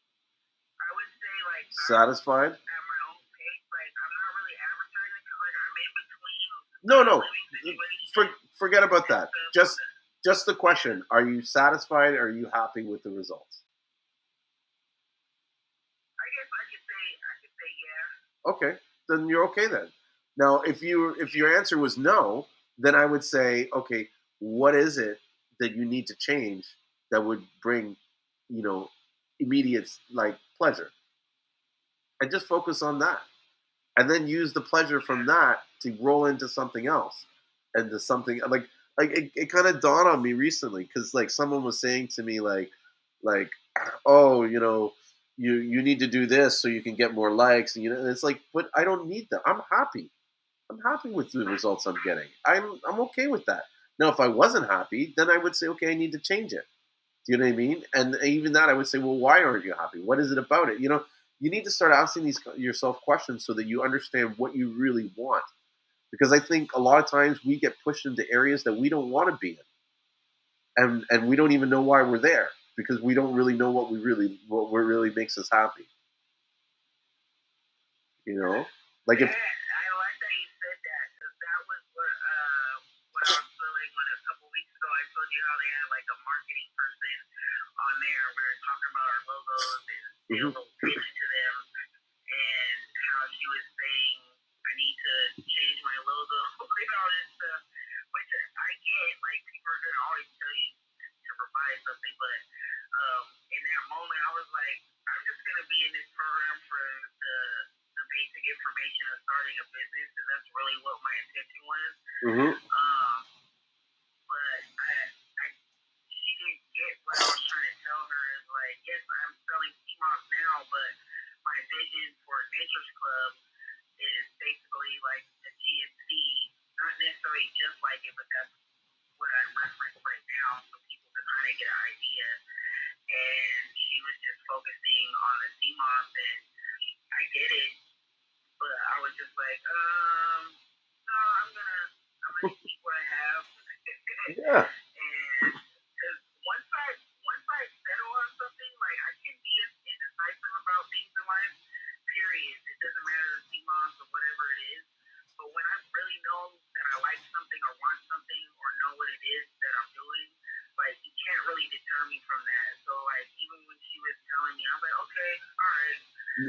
And yeah, I'm gonna still do this. and that's my point, is that when you're happy, you start building on this thing. It's not building on this thing, obviously. When you're at your happiest state, desire is able to flow at a freer, more stronger level. And I believe it's the desire, the pure desire, which is the key to success on anything you do. You need to desire it enough to want to follow through and be consistent, and you know what I mean? And so if you are not happy, then you're limiting your desire, because what you're doing is not fueling the desire to do more, to get more happiness, to get more pleasure.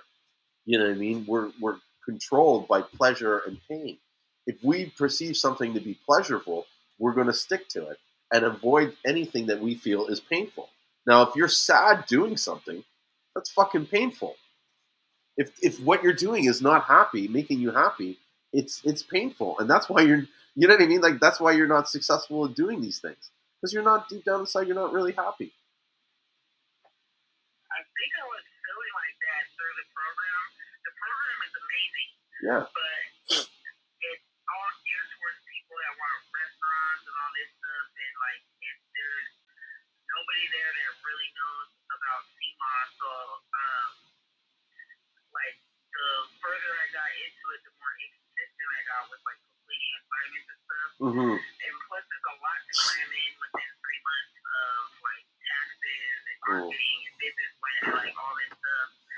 And I was just like, no, I need even slower pace than that. Mm-hmm. But like, as towards the end of it, I just feel like burnt out, and I'm like, I need to adjust something and stuff. But we're almost finished, so I'm just gonna finish the business plan. It doesn't have to be permanent, but just to, say that I, completed it. But I feel like that with different things in life where I feel like I'm just trying to complete something to say I accomplished something, because I've gone to college like 2-3 times and didn't finish, and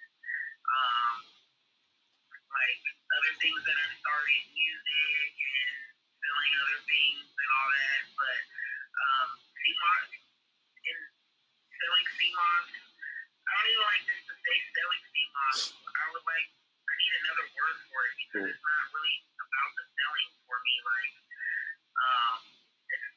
it's part of my lifestyle. It's part of Promoting. You're promoting, not selling.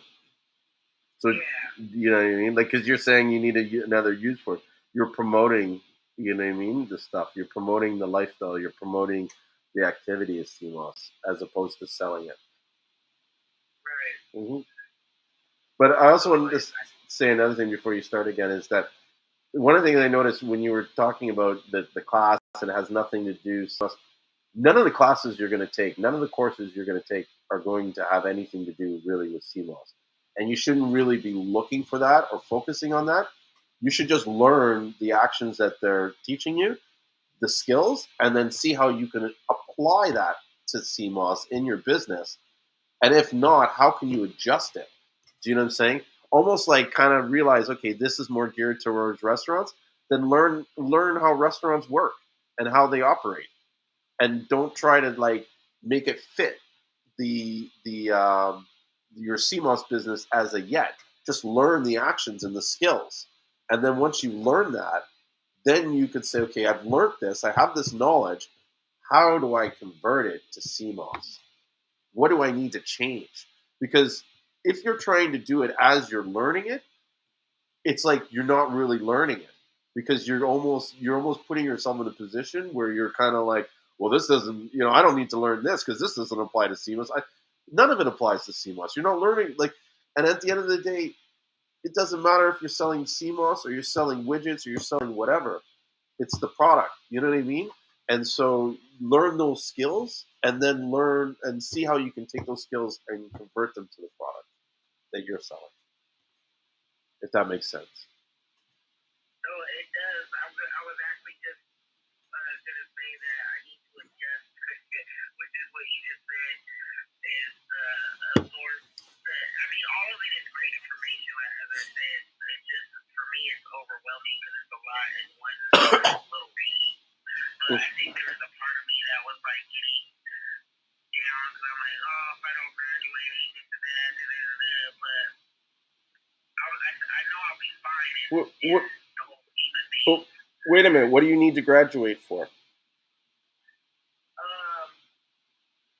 Well, because it's a 3 month. No, but But what do you do? Do you get some money when you graduate? They no, they give you like $50 back from the tuition, but you get But that's just for you completing get it. an opportunity to go into an incubator program where it's more one on one, and you have up to 5 years to get into that program, and it's one on one to help you with your business, and then you have access to all these different people in business. Okay. Like the speakers that we've had and everything. So it's really like the network that you get from it is like worth a lot. Yeah. Okay. So then that kind of makes sense as to why you would want to graduate. Like you want to graduate so you can get into this access to this next space and stuff. But what I was going to say to you is that if there wasn't sort of any goal or prize, don't stress yourself about it and just focus on learning as much as you can. You know, and just be like I said, be happy learning it. You know what I mean? Because at the end of the day, it's like whether you graduated or not, you're still going to take that information that you learned and apply it to your business.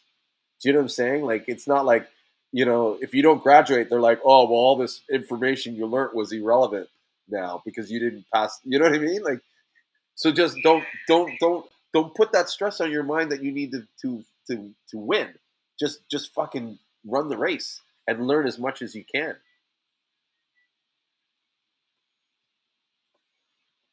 You know. Now, that being said, that you have this goal, I feel like focus on the goal and just like again learn as much as you can. And don't worry if you fail, you fail. You pass, you pass. I'm beginning to realize that everything happens in this world for a reason when it's supposed to happen. And things that we don't understand why they're happening won't make sense until 5, 10 years down the like this course you're taking right now, you think it has nothing to do with CMOS. You might not even be in CMOS 10 years from now. You might even open a CMOS restaurant. Do you know what I'm saying? And you find that the skills that you learned in this course were helping you to prepare. A lot of the stuff that I'm using now or doing now in this business is things that I learned back when I didn't even think like the stuff that I was learning had any application to it. Do you know what I mean? And now it's like all coming making sense. Like, oh, okay, so that's why I went through that experience in my life. That's where I went through that experience. You know what I mean? It's like, okay, it was preparing me for all this. Okay, yeah, this is why I'm here. And you know what I mean? I'm going to run with this. At the very least, it helps you build confidence in yourself. That's so true because there's different jobs that I worked in.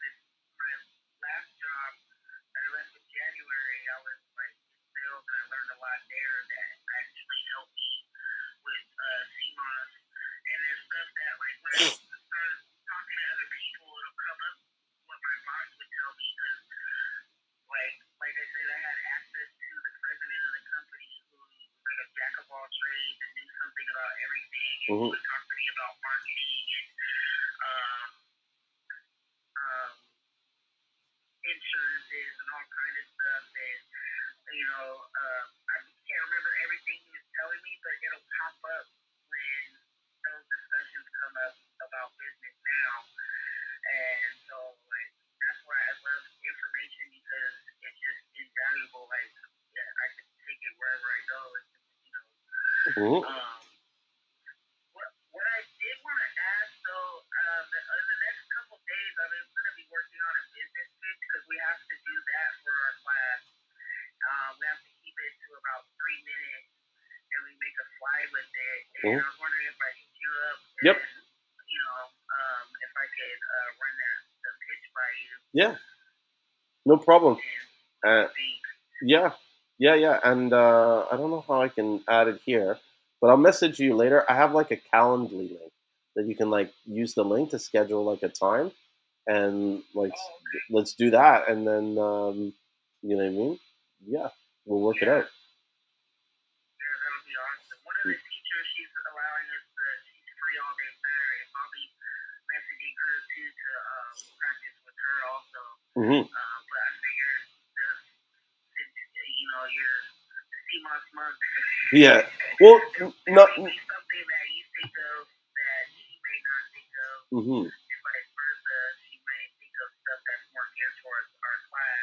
but something that may stand out when I'm trying to talk to people that most likely, most of them probably aren't going to know much about Seamoss. So I want to make sure my pitch is, solid. No problem. I'm actually used to giving pitches because in real estate, a lot of times I have to sell someone on a project, especially in real estate investing. I have to sell them on a project within 2 minutes. Like within a minute or two, they're not interested anymore. If I don't have all the right information and answer the questions the right way, and even almost kind of lead them down the process, they'll get confused. They'll get all this, and then they're just like, forget it. It's this. And so the pitch is important in a sense to be able to quickly and accurately get out your message to them and have them receive it in a positive, because you can send out the same message three different ways and it's going to have different reactions from the people. So how do you send the right message to the right person so that it maximizes your return on that pitch? You know what I mean? Like these are the kind of things that you got to be thinking about when you're developing the pitch. Like, how do I capture his attention? How do I show need? How do I bring a call to action? You know what I mean? That like this is what you need to do, and you know what I mean. This is the next steps, and follow up with me on this, and blah blah blah. How do you make sure that you give enough information without becoming boring? Yeah. You know. We did practice pitches in our class yesterday. Yeah. And there's some people that I don't know how they let them go on this long, but there was one lady that did like an 8-minute pitch, some did 4 or 5 minutes. Just and being polite. It was practice. It wasn't like, we're harshly critiquing them, but it was just like I did stop paying attention. Yeah. After a while, like no. I was like, okay,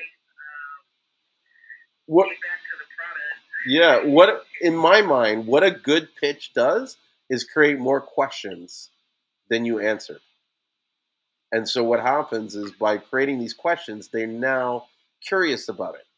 So if you give them too much information and you talk too much about the product right away, then they'll decide, no, I'm not interested in that, blah, blah, blah.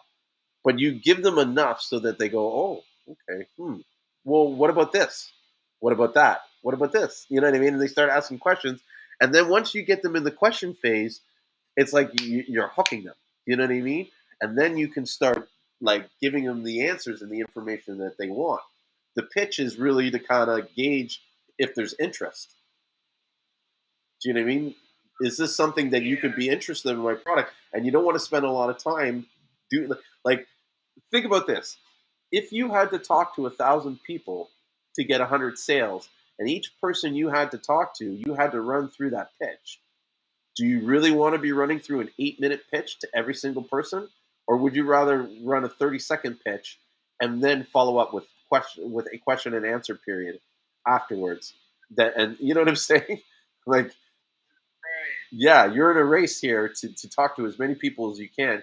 You can't be sitting there, and you're going to get sick of doing the pitch. That's another thing about the pitch. You got to design the pitch in such a way that you're happy doing it, so that you can just at a snap finger, here's the pitch, boom. But if you hate the pitch and the pitch is not like grammarly worded right, that like let's say this: if you try to make a pitch that someone else made for you, there's a good chance you're not going to like that pitch and you won't execute it enough. Do you know what I mean?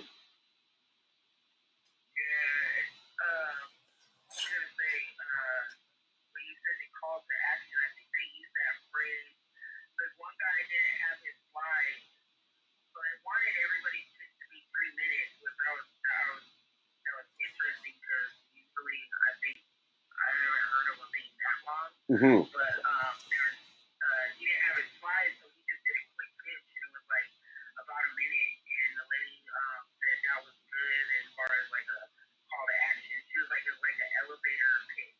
Yes. Basically, if you're talking to somebody in an elevator, she's like, you captured, my attention, and now I want to know more.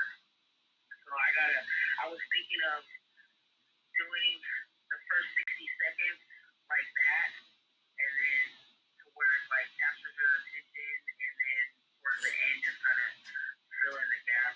Because they want us to talk about ourselves and how we started. Mm-hmm. They want us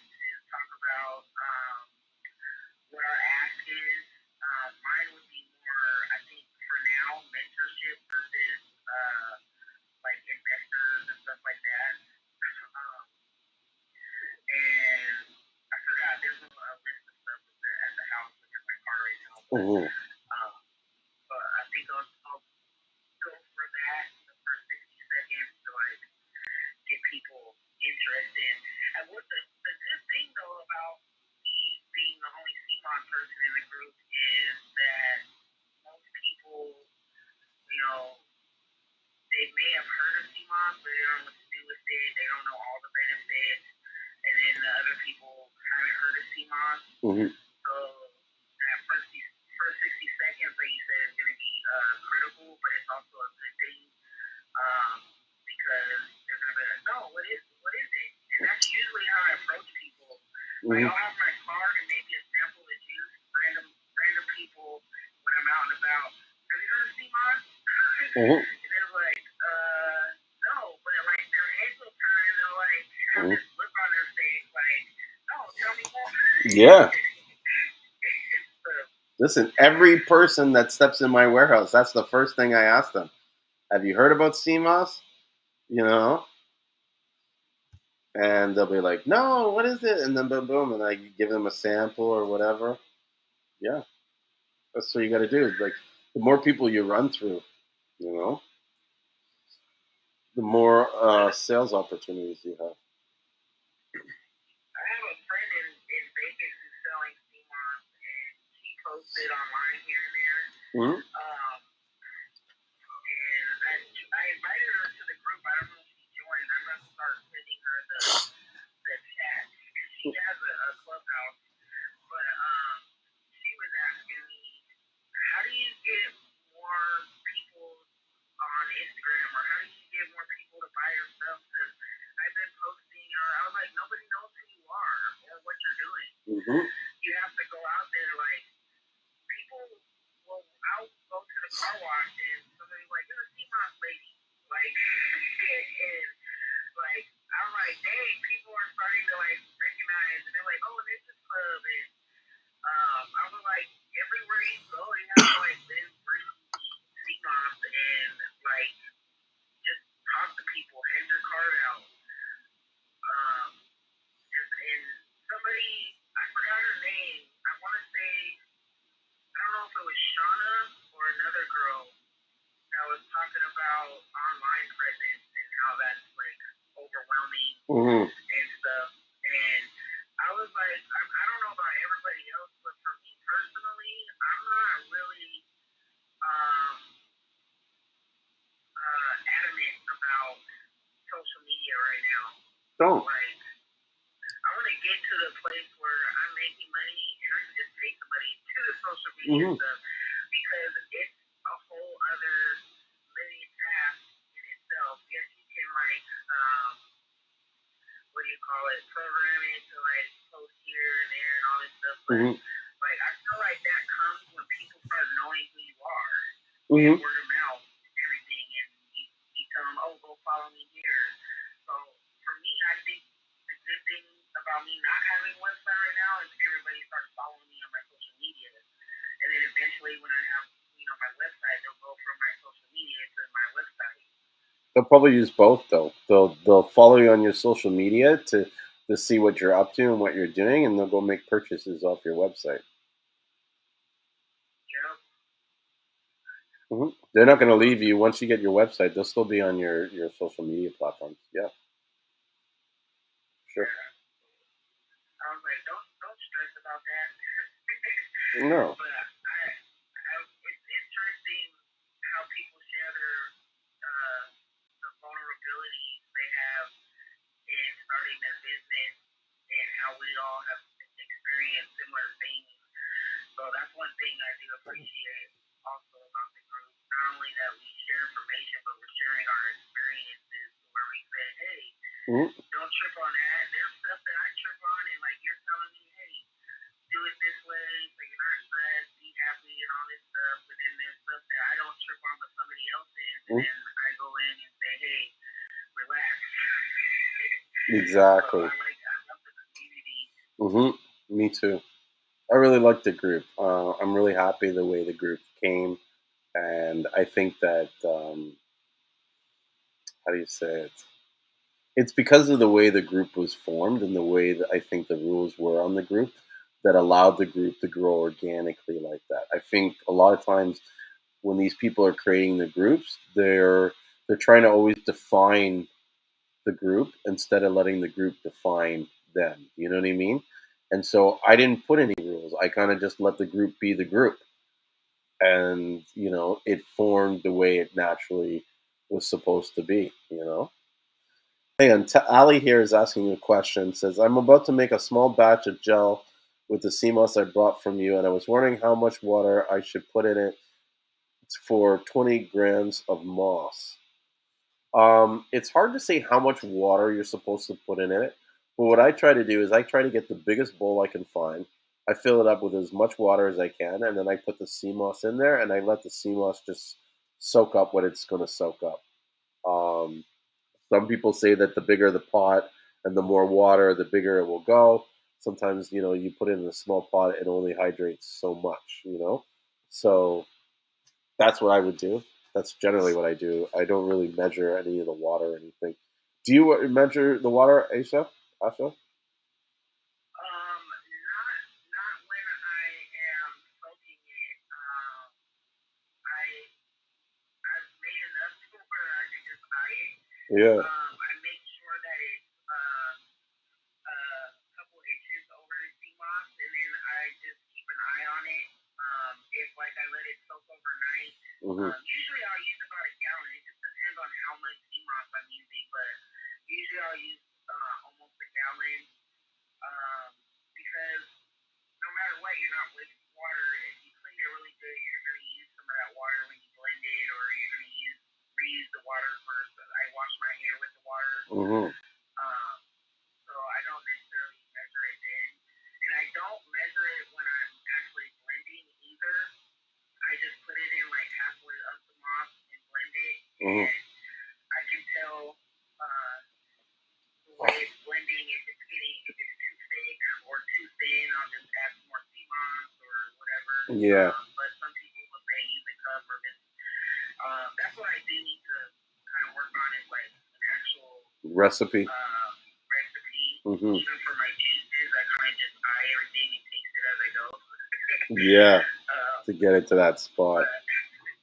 What? The water I'm not too pressed about because right now I use the Crystal Geyser spring water.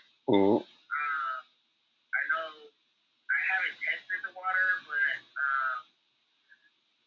you can get a 6-pack for $5, so I don't really think of it as a waste or anything. What about you, Reginald? Do you measure the water and stuff like that when you're making the sea moss, or do you just eye it? So if he's there. Yeah, I make the sea moss gel. I actually weighed up for 16-ounce jar.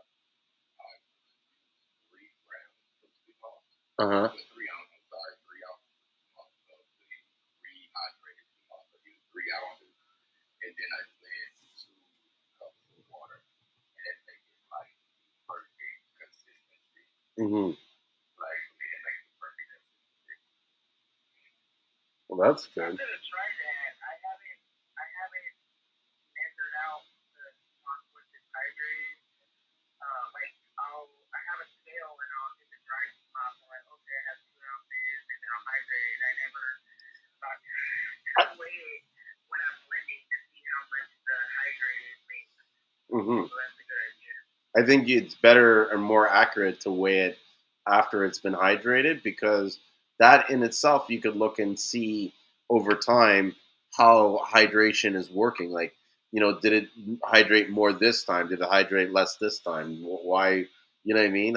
Because you could look at the starting weight and the end weight and see what the difference is. And if it's not consistent, that might ask more questions as to why or what's causing that.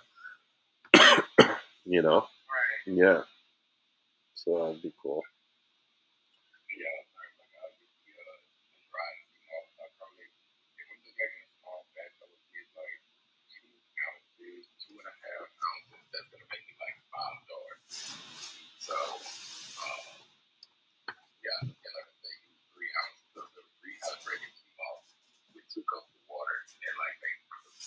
like it took a lot of trial and error to finally figure it out. But once I figured it out, it was like, yeah, finally, like it took a lot. Yeah, I want to. There's a lady in the group that talks about not mixing fruit with the seamoss and all that, and I want somebody like that to come in and talk about that because I do make fruit-free seamoss, but I tell people to eat it within a week just because of the fermentation process with fruit. It starts to ferment after 24 to 48 hours. And it'd be good to know what that does to the seamoss when you mix it and all that. But a lot of those people, they just comment to like, they're haters. Trying to tell you you're doing it wrong, and then disappear. They're haters. They're haters, and half the time they don't even know what they're talking about. Do you know what I mean? Like they're just like, oh, this is wrong, and it's like, you know what? I'll say this: when I first started, I wasn't a big fan of the fruit infused. Like I eat it raw, but that was until I tried fruit infused sea moss, and then I was like, oh, this shit's good, and I can see how you eat more of it. And like you, I would recommend people, to eat it quickly, right? And know this that this fruit infused sea moss is not the same as sea moss that's not infused, because now you're how do you say it? It's like there's less CMOS, actual CMOS in that same portion. So if I had 100 milligrams of fruit infused CMOS and I had 100 milligrams of just plain CMOS, the 100 milligrams of the fruit infused is actually going to have less CMOS because you need to make space for the fruit, right? So there's nothing wrong with that.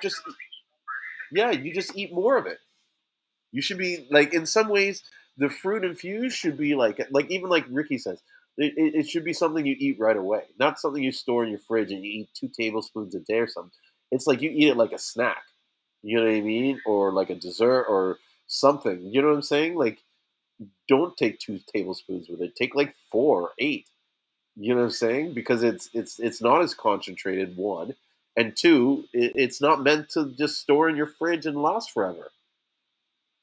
Yeah, my nieces and nephews, my top seller in gel and juice is my Cosmo Melon, which is watermelon, strawberry, raspberry, and lemon. Mm-hmm. And the kids, they think it tastes like candy. They eat it like it's applesauce. And so I'll give them like probably 4 to 5 ounces, and they'll tear it up. Mm-hmm. And I can even see their moods changing and all that stuff. Their parents don't make them eat it consistently, but the kids love it. And they'll go through the 16-ounce jar in a week, so that's perfect. Most people do. A lot of people I don't even have to tell them because they'll be back the very next week for another jar. Mm-hmm. And I love it. I feel like it's just like slapping it in the coffee. You just need to finish it quicker, but it would be interesting to know because there's, people that are like really extreme with their fruits and vegetables, and they don't mix the fruits and vegetables and all that stuff. Like, it'd be interesting to know, the data and all that stuff behind it. But from all the other stuff people could be eating, burgers and all kinds of bad stuff, I think some fruit-free sea moss is probably better. Yeah. You know what it is? They're just like, I don't know. Some people are weird like that. It's like they just get fanatical and then they decide like, well, everybody needs to follow what you know what I mean? Like what's happening in my life. And you know what I mean? If they're not doing that, if they're wrong. And, I don't know. I think it's crazy. For one, the people that I get to buy sea moss most of them haven't tried it before. Mm-hmm. And if they have, they want something that's quick, easy, readily to go. Even though the regular gel is quick and easy, it's still one step too many. Mm-hmm. just wrap it in their drink or something. So they want something even more convenient. Mm-hmm. But it's just the fact that, like, get them in there to try it and all that. And then eventually, as they continue to use Seamoss, they'll become their own connoisseurs of it and Exactly. start, the regular gel or buying the dry moss and making it a part of their lifestyle and stuff. Exactly. And that's like everybody has different levels. Do you know what I mean? And so you can't like really like as much as you want someone to be at that level, some of them are just not there yet. Some of them might not ever get there. You know what I mean? That's really not your problem. You know what I'm saying? Like how does everybody not eating fruit infused gel, you know, create joy in your life? It doesn't. So why are you fighting for that? Do you know what I mean? Let them be their way they are. Let them eat their CMOS the way they want to eat their CMOS. It doesn't change the way you eat your CMOS. Now, I think sometimes people like they do it because they're looking at the sales and they're like, "Shit, I haven't sold any CMOS." You know what I mean? And all these fruit CMOS sellers are like having a party. They're like, "Yeah, man, sales are up the roof." You know what I mean? Of course, you're gonna be like, "Damn, those fruit infused guys, they're cheating. This is not right. You're not supposed to have fruit in your stuff." You know, and so they get mad and hate. Like I don't know. To me, I can't draw any other conclusion because it's kind of like, why do you care so much if this guy eats CMOS unless it's affecting your pocket? Do you know what I mean? Like even with me, people, if someone were to ask me, why do you care so much if people apply farm craft CMOS or wildcraft CMOS? I'll tell them straight. It's because it affects the farmer's pocket, and it's really no difference. If the CMOS, if it was true that the wildcraft was better, you would not see me say shit. I would let everybody do whatever, and I would do my own thing, right? But I've learned the difference. I know the information, and I'm seeing all these people lying, or not lying. Sorry, misrepresenting. Because I don't think a lot of them intentionally set out to lie. Or like I don't think they know the truth, and they're saying, "No, we're going to tell this story." That's what they believe, right? But to see all these people believe something and realize that that belief is trickling down to the end people that are producing this product, that's of concern to me, especially when my full mandate is about creating opportunities in St. Lucia. This is counterproductive to that.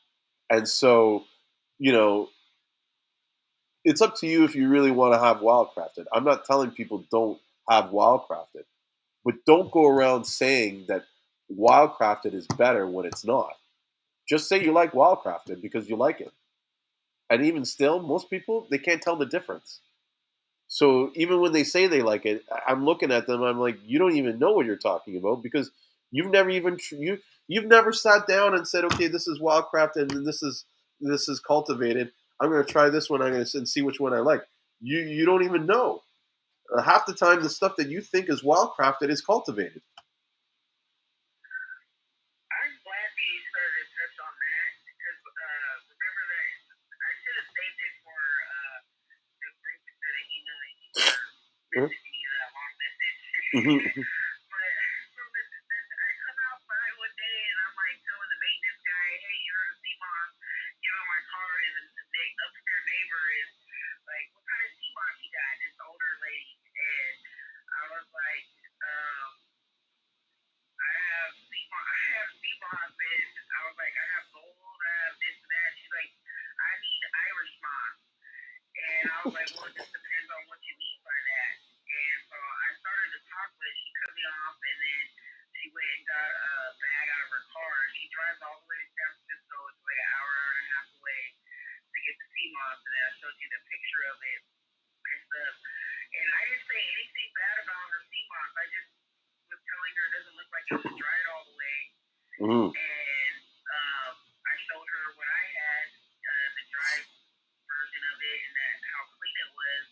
And she's like, "I wouldn't even buy that." And she's like, "I wouldn't even waste my money on that." And I'm like, "Okay, well, all Thank right, you. well, I actually gave it to her as a sample. Like, just go ahead and try it. If you like it, you like it. If you don't, you don't." Mm-hmm. And stuff. But she started her to show me like a little piece of. It looked like it could have been like a little piece of rock or like a shell or whatever. And she was saying, "Yeah, I don't want no farmed or pooled seamoss or whatever." And I didn't even tell her that the company I get it from, they don't do either or. But I was trying to explain to her that it's not that the farm. It depends on what you mean when you're saying farm. What your idea of that is. Because I was trying to tell her, the people that, put it on ropes and stuff, that's not necessarily bad if it's, in the ocean. And she was like, no, it gets its minerals from rocks. So I was like, that's something that, like, is, people just keep saying, but it gets its minerals from the ocean. And I was trying to tell her seamoss regenerates itself. Mm-hmm. So if a piece of it broke off, it's going to grow back, mm-hmm. whether it's attached to something or not. Nope. And, as Janine was saying, what did she say? That seamoss will attach itself to, anything. Like it just does that. Anything. And I googled seamoss, and this is what I got. It didn't say seamoss, it said seaweeds, but it says seaweeds are not plants. They're a type of algae without roots, mm-hmm. leaves, or stems to transport water or nutrients. Instead, each cell derives what it needs directly from the seawater around it. Yep. And so yep. I was like, not that I want to convince every single person, but I was just like, she's old school and, you can tell she's headstrong. Yeah. How can I talk to somebody like that? You can't. Because I feel like if I can talk to people like that, then I'd be really, really good. If I could, get them to open their mind. Yeah. A lot of times you can do it for the most part. They're not going to be convinced. Once they're kind of set in their mind, they're set in their mind. But one thing I say to them that kind of breaks through some of that fucking stone blockhead or whatever it's called is I say to them, okay, well, if what you say is true, then are you also saying that every rock has every like mineral that's required that has the 92 minerals that you say? So you're telling me this rock has 92 minerals in it and this rock has 92 minerals in it? Because if they don't, then the seamoss that you're getting is going to be it's not going to be a balance of 92 minerals. Some of the pieces is going to have 45 because that's what it got from the rock. Not every rock has the same concentration of minerals. So in theory, like logically or technically, what you're saying is not possible. Because where is it getting its minerals from? If it can only get it from the rock, then the rock needs to have all its minerals that it needs. What happens if that rock doesn't have all those minerals? Because not every rock has, granite doesn't have the same mineral rock in it as quartz does.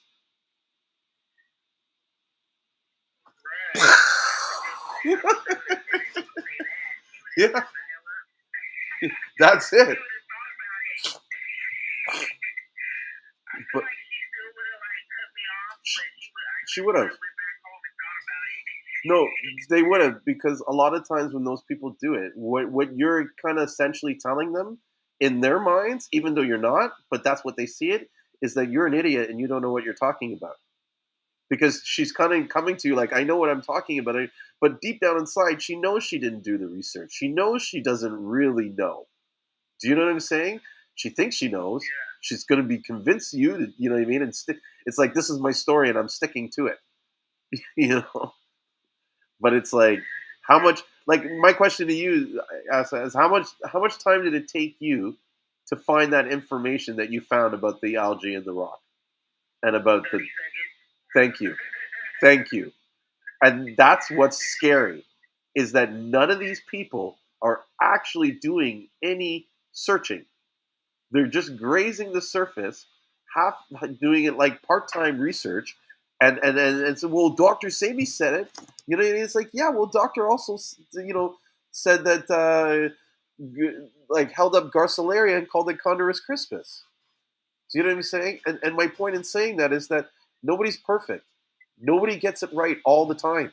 People make mistakes. And just because he made a couple of mistakes on Seamoss doesn't how do you say it? Doesn't dismiss the bodies of work in all the other areas that he did. That's the thing. People always say to me, "Oh, you're Dr. Sabi." It's I don't have a problem with Dr. Sabi. I have a problem with the way that people that follow Dr. Sabi and how they just, you know what I mean? They react to this stuff, and then when they're presented with new information, it's like they put their head in the sand, like oh my god, like no, you know what I mean? It's like, dude, do you want to learn? Do you ever want to like? What do you think that Dr. Sabi is just like the massive knowledge? Like there's no information beyond that? Like I don't know. Like do you? I feel like he was here to be a catalyst for change. I don't think that he was supposed to be, you take 100% of what he said. He did his research and he studied and he helped people for many of years, yes. Mm-hmm. But there's plenty of doctors that have done so and lost patients as well. Like you said, nobody's perfect. Like that's why they call it practicing medicine, because you're never going to be perfect at it. You're always practicing and adjusting and learning and everything. And it's funny when people reply to posts and stuff and, well, Dr. Sebi this and his alkaline diet, you can't have pineapple. I can have pineapple. I'm not gonna get rid of pineapple. It's my favorite fruit and it's anti-inflammatory, and I know that for a fact.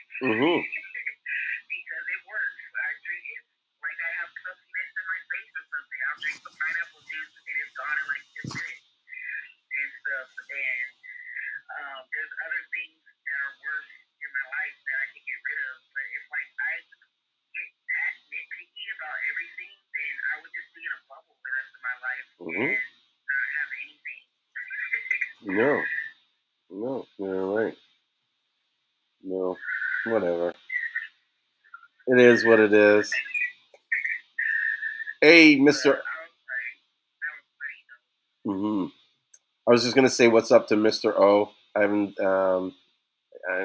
We've been doing so much talking in the room, me and you. I want to kind of make sure that we don't ignore anybody else, and I don't know, give them an opportunity to speak. How you been doing, Oscar?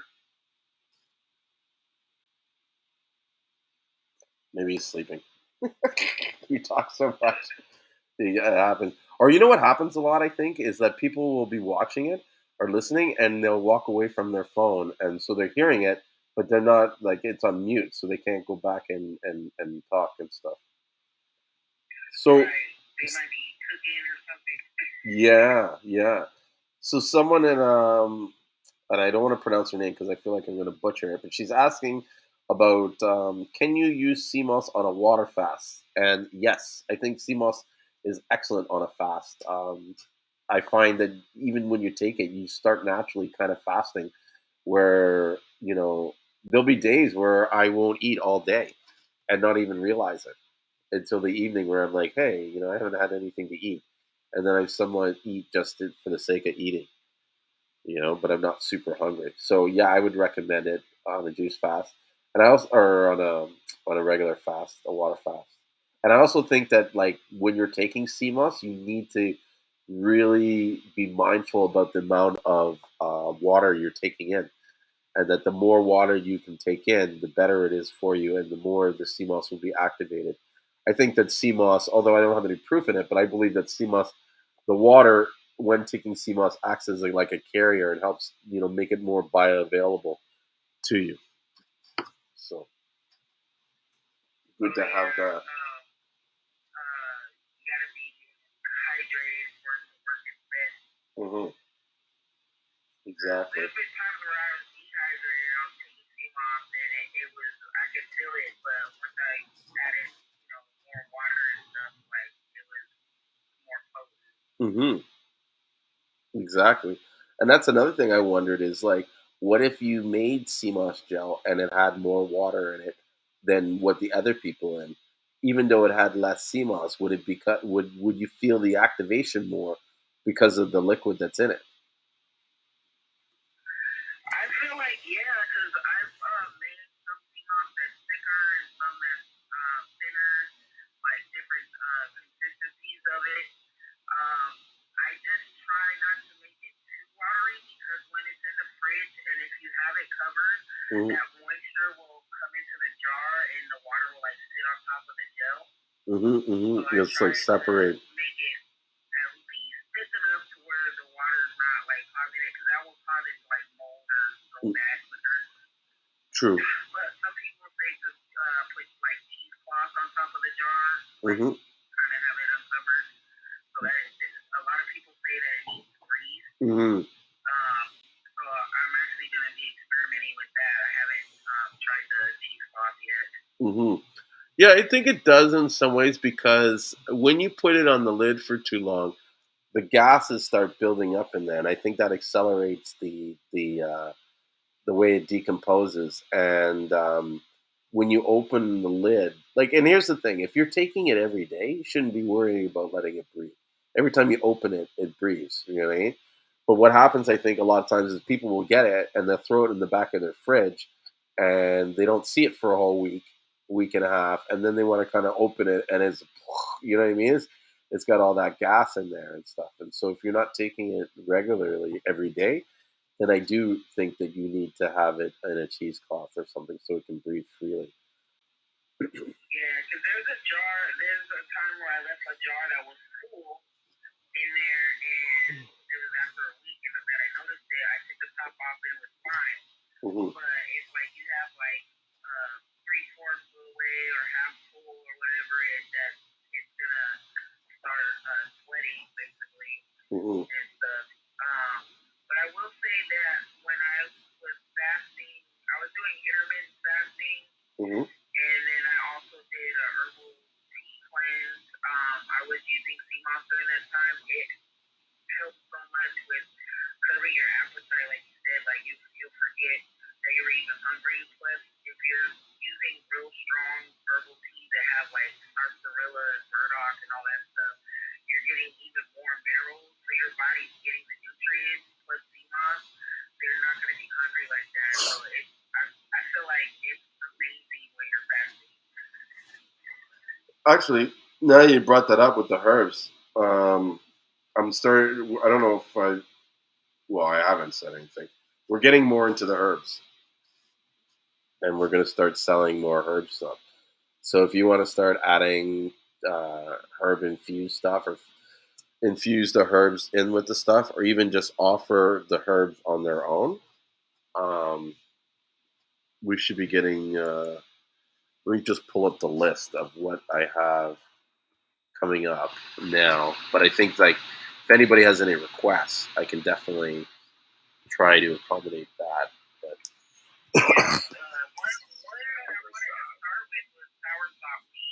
yes, I'm getting lots of soursop. Lots of soursop. Hold on a second. I got this inhaler.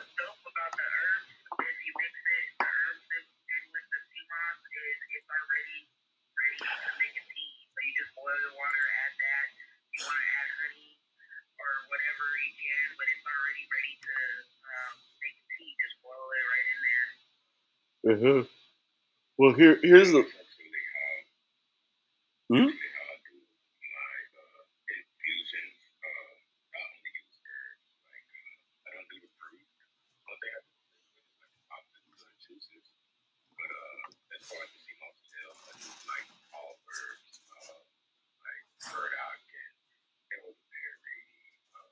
Turmeric, got Damiana, like different herbs and stuff. And like you say, you just boil the tea and use that water instead of using regular water. Just use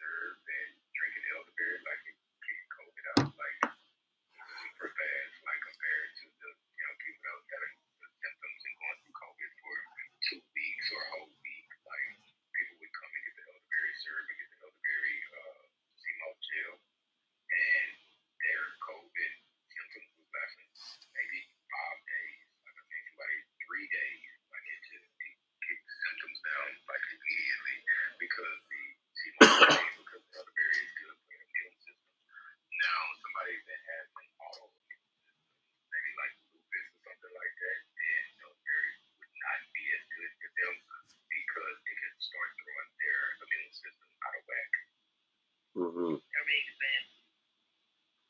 I have someone in Instagram says, I know people that got COVID and it helped them. So. Now, when I got COVID, I had all the symptoms except the fever, and I had a house full of people, so I couldn't get in the kitchen to make my own Seamoss, and I had tons of it. So I ordered some from Carbon-Based Cell Food. He sent that, and I got it right away. And as soon as I started taking the Seamoss, I was way better. You know, if you haven't got COVID, it's like a roller coaster. Like one day you can feel like you're getting better, and then like that afternoon you'll feel like you're hit by a ton of bricks. You're out of breath. I would try to go outside to get some sun and just walk down to the corner, and I literally couldn't breathe.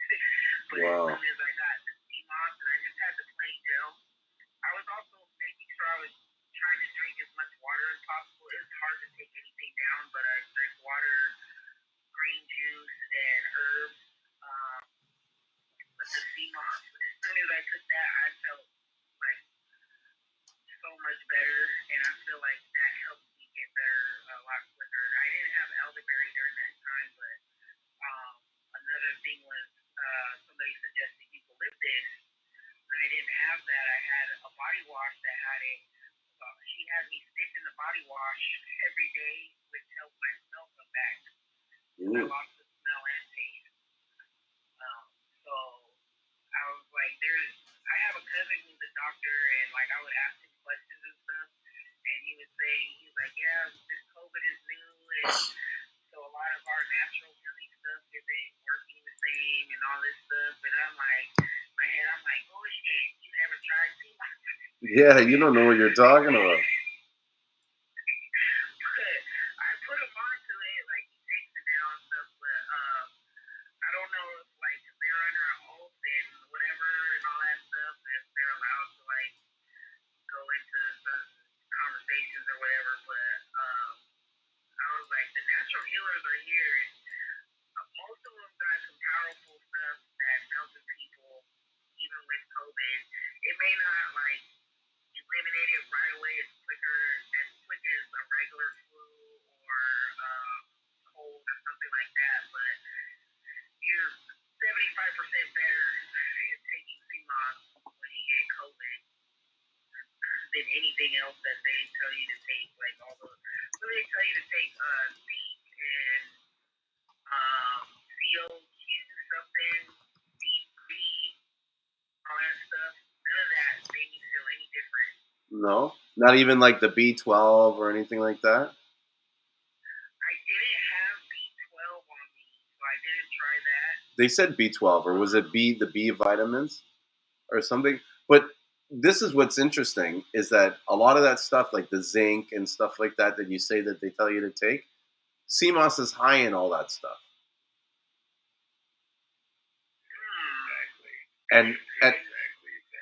And furthermore, and this is another case as to why I think people need to consider Seamoss in their diet more, is that when you're talking about taking multivitamin, like Ricky from Gold Seamoss, he always says that Seamoss is a multivitamin, right? And he's true to the point, exactly. But it's more than just a multivitamin, because when you're buying these multivitamins from the store, all these vitamins that they got, they're all synthesized. They're all derived from something or whatever.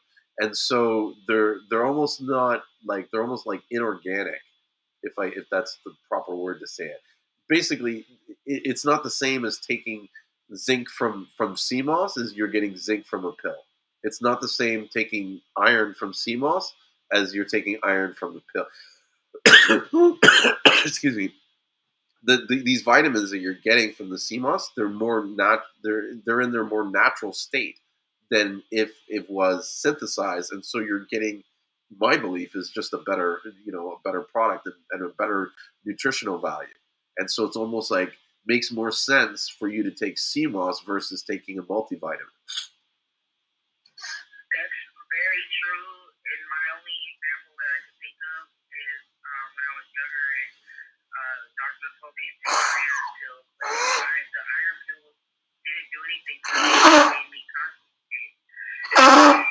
Yeah. And but when I would take herbs that have iron in them, I would feel way better. And because I never got diagnosed with anemia, but there would be times where I would feel anemic.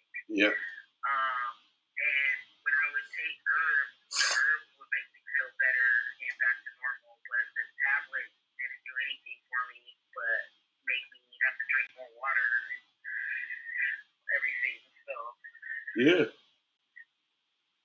So there you go. I don't really take much. I don't really take much aside from Seamoss and like real fruits and vegetables and ginger and turmeric. And that was another thing on supposedly that I think it was cut off Dr. Sebi's list was turmeric, and I'm like, they've been using that in Eastern medicine for years, so I'm not sure why he cut it off. So, I have to look into that, but I'd like to know the process that he used in which to make this selection in the first place. Do you know what I'm saying? Because if he just sat there and said, turmeric, I don't like turmeric. This, I don't like. Do you know what I mean? Like, why is there not almost like a system on which, like, because in science, you have to have these kind of processes, right? And so why is there not a system to kind of gauge whether or not something is alkaline or not?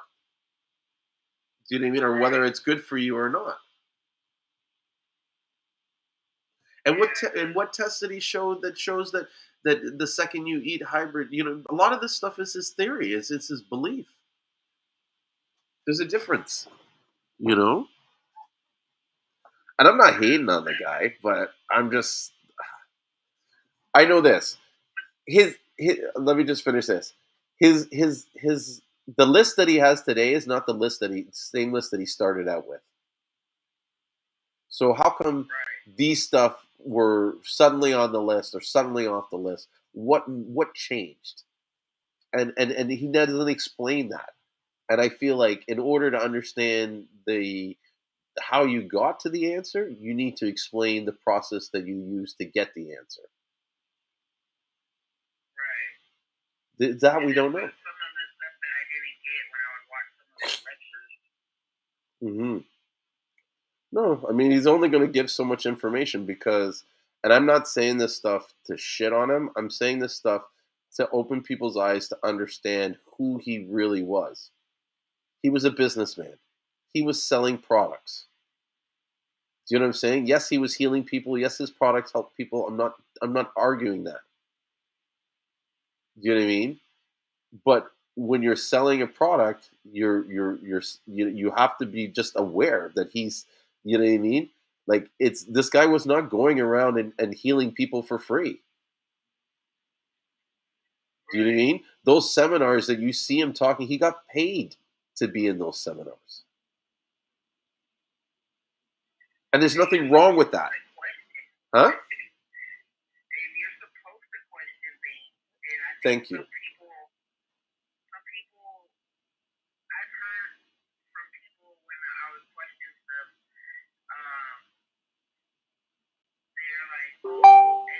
you start to question Dr. Sebi stuff, there'll be people that are like, oh, well, the white man is doing all this and been doing this for years, and you didn't question all these things you were taking. I'm like, first of all, you don't know me individually. Yeah. So don't generalize me. Yeah. But I do question everything. I've been very inquisitive since I was a kid, and I don't question it because I want to prove you wrong. I question it because I want to know. And understand. Do my own experiment or whatever to, figure out, what I'm putting into my body or whatever. I mean, I've made tons of bad health choices like anybody else. Yeah. But when you discover something new, you should have a lot of questions. Trust no man. Do you know what I mean? Yep. Like these are men, like, and I don't know. But hey, you want to hear the herbs that I'm getting? Yes. So I'm getting red raspberry. I'm getting a lot of soursop leaves, like over 16 pounds. Spanish needle, or is it nettle? It's Spanish nettle, right? Not needle. Yeah, yeah. Sorry, he wrote it Spanish needle. So I'm reading off a sheet, and I'm like, wait a minute, that's not right. Listen, you gotta get when you're on these social platforms, you gotta get the terms right, or else the next day it'll all be up in the comments. Hey, you don't know what you're talking about. It's nettle, not needle. Anyways, so is Gideon hen weed the same as amaru?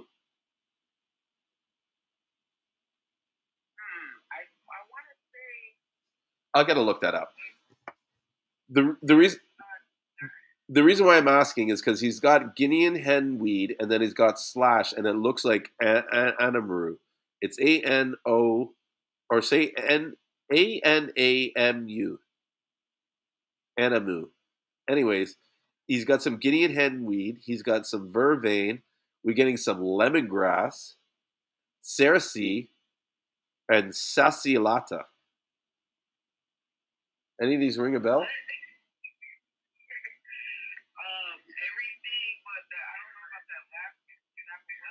Sassiolata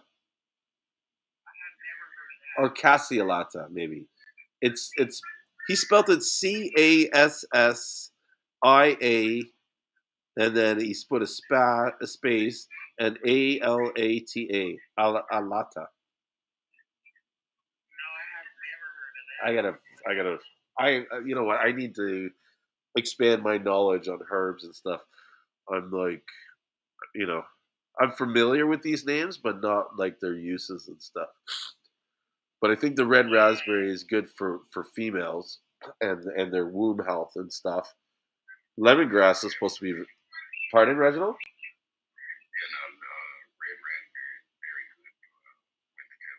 Yeah, yeah, that's what I remember hearing. Pardon? Yeah, nice. What about so the vervain? How does someone take the vervain? Do you boil it in a tea?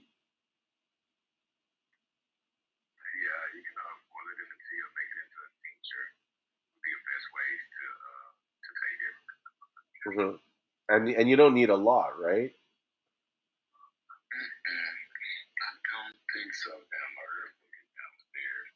No worries, don't bother. I'm gonna do some research tomorrow on it because, like I said, we're getting all these new herbs, and I already have a big box of this vervain. And I'm like saying to myself, I'm like, this thing's just sitting here. I'm like, I should be making some tea out of this, see what use it is. Like the sour sop to me is like badass. I fucking love sour sop. You know what I mean? And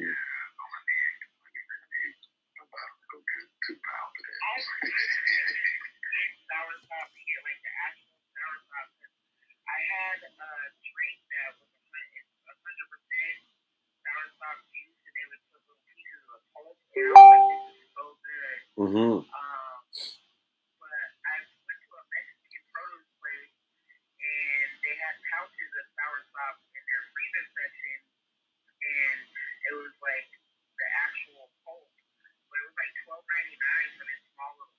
Mm-hmm.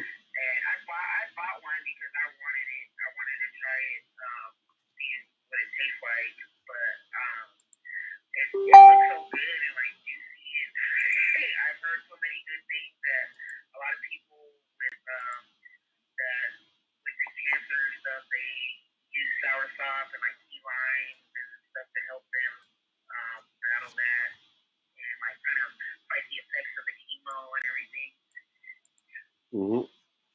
Yeah. It's good.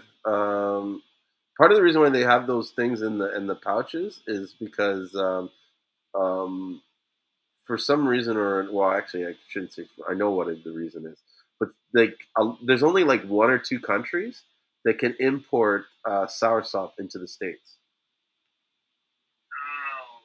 Yeah, they put a full ban on it, and so that's why you'll see that there, and then that whole process to get the stuff, the soursop juiced and then pulped or whatever, and put in a bag. It's not easy. So that's why I think you see a lot. You don't see a lot of it available, and then when you do see it available, it's expensive. But there are countries that are working on getting the systems in place so that they can export these vegetables. And I have been talking to some people in St. Lucia. They said that they're in the process of reapplying, so that we can start selling soursop to the states, because it was something like in the 80s or 90s or something. There was like all these countries had a problem with fruit flies, and so now it's like you want to import into the states, soursop and other stuff. You have to show that your country has the capacity to, clean the product in a way so that it doesn't allow fruit flies to travel. Oh, okay. Yeah. Yeah, because the people that I have seen sell the actual fruit are usually in Florida, and it is really expensive to buy it. It's like $50 for like two of them or something like that. Yeah. And more expensive to ship because you need to ship it either overnight or within a couple days so it doesn't go bad. Mm-hmm. What's the guy, Shaka Bars? He ships stuff from Africa. That's why I haven't bought any of his fruits. I want to try them, but I've seen some reviews where people are like, by the time it gets to me, it's bad. The fruit's not that great. Well, don't you remember, what was it, Fruits and Roots? They were like huge.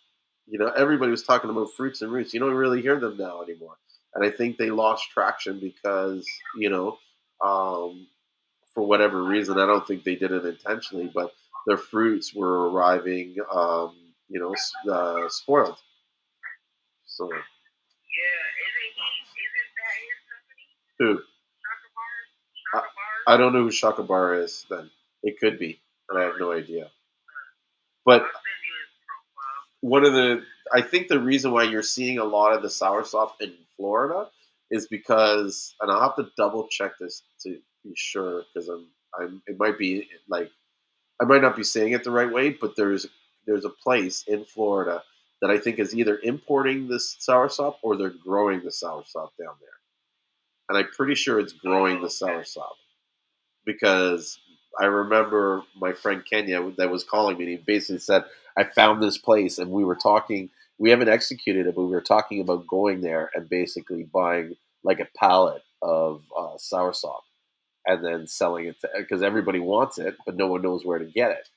And so, that's the thing in business. That's the best. That's when you have a good business, is when you're solving a problem. Yeah. You know what I mean? People will pay money to solve a problem. Now that you just said that, that's one of the things that we have to put in our pitch is, what problem are we solving? And I'm like, well, with Seamoss, what problem am I solving? Because there's, I guess, tons that Mm-hmm. we can go into, but I'm not sure exactly what they're looking for when it comes to like Seamoss. Like, what do you mean? What problem am I solving? Like, as far as like what the product does, or business wise? No. The problem you should be solving is that if I take this product, why am I taking this product? Like, what is this going to do for me? And so one of them off the top of my head is, you can go in and say, look, the minerals that are contained into this product is a lot better than than taking the same nutrients in a pill form from a pharmacy. This stuff is natural and sort of like bioavailable, ready, or you're going to have to find some term that makes sense. I know when I say bioavailable, it's not the right way of saying it, but do you know what I'm saying? So use that as the solution that you're probleming, is that, when you take this 2 tablespoons, you're basically taking like a super multivitamin, because even these multivitamins they sell in the store, they don't contain all the vitamins available. Do you know what I mean? They'll have a range of stuff that they think you need and blah blah blah, right? Whereas the Seamoss, it's like, you have all the nutrients that you need. It's a superfood. Okay. I think bioavailable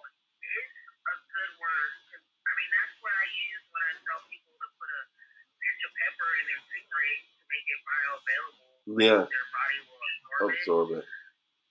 No, I'm just mindful of what I say because words are very powerful, and I find that a lot of times we use our words in the wrong way to describe things like that aren't accurate.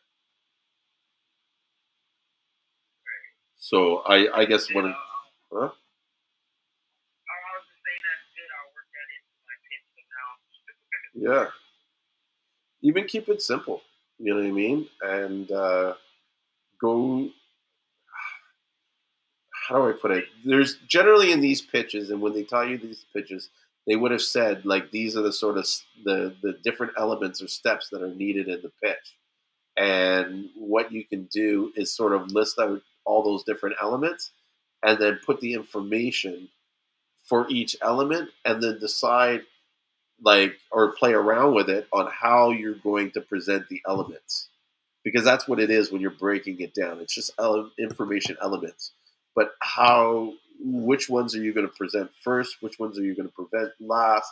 How do you get one to flow into the other so that the pitch becomes seamless, where you're just kind of like rolling over this data to them and giving it into a very simple and a digestible way, and at a point where you're also creating curiosity to ask more questions. Yeah, definitely in the pitch. Like I said, you want to create it so that it's short enough so that in the end you almost go flow into question and answer period. Yeah. That was a good pitch on pitches. Yeah. Thank you. I got it. Yeah. I think that's where the class overwhelming because it's too much information at one time. So like for the first hour, we'll have a guest speaker and we'll go over different stuff or whatever we're supposed to put in our business plan that day, and then the next hour, if it's a day we're supposed to work on pitches or share or whatever, then you have to listen to everybody. And like by the end of it, like I'm over it. Like just give me, short little something, and then I'll go work on it. Like that's just how I like. When you give me too much, I'm just like over it. Well, it's not a question that they're giving you too much. It's almost like they're giving it to you in such a way where you can't absorb it and execute it fast. Yeah. Some people can. Some people can sit there and pay attention to everything you're saying and then just come back at you and be very concise. My brain does not work that way. No. No. And I mean, a lot of people's brains don't work that way. You know what I mean? And then sometimes that's why if you have your why and you have your sort of like purpose and understanding for being there, then it's almost like when your mind wanders like that, you can pull it back and say, hey, you know, you need to be mindful all the time that you're a spirit in a dirt body, and you're constantly having battles between your spiritual self and your physical self.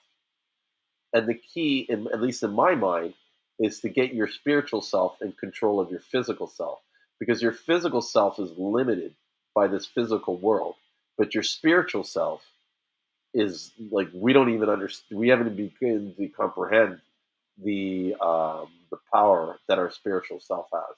But a lot of people are not in tune with their spiritual self. They're in tune with their physical self because they live within the physical world.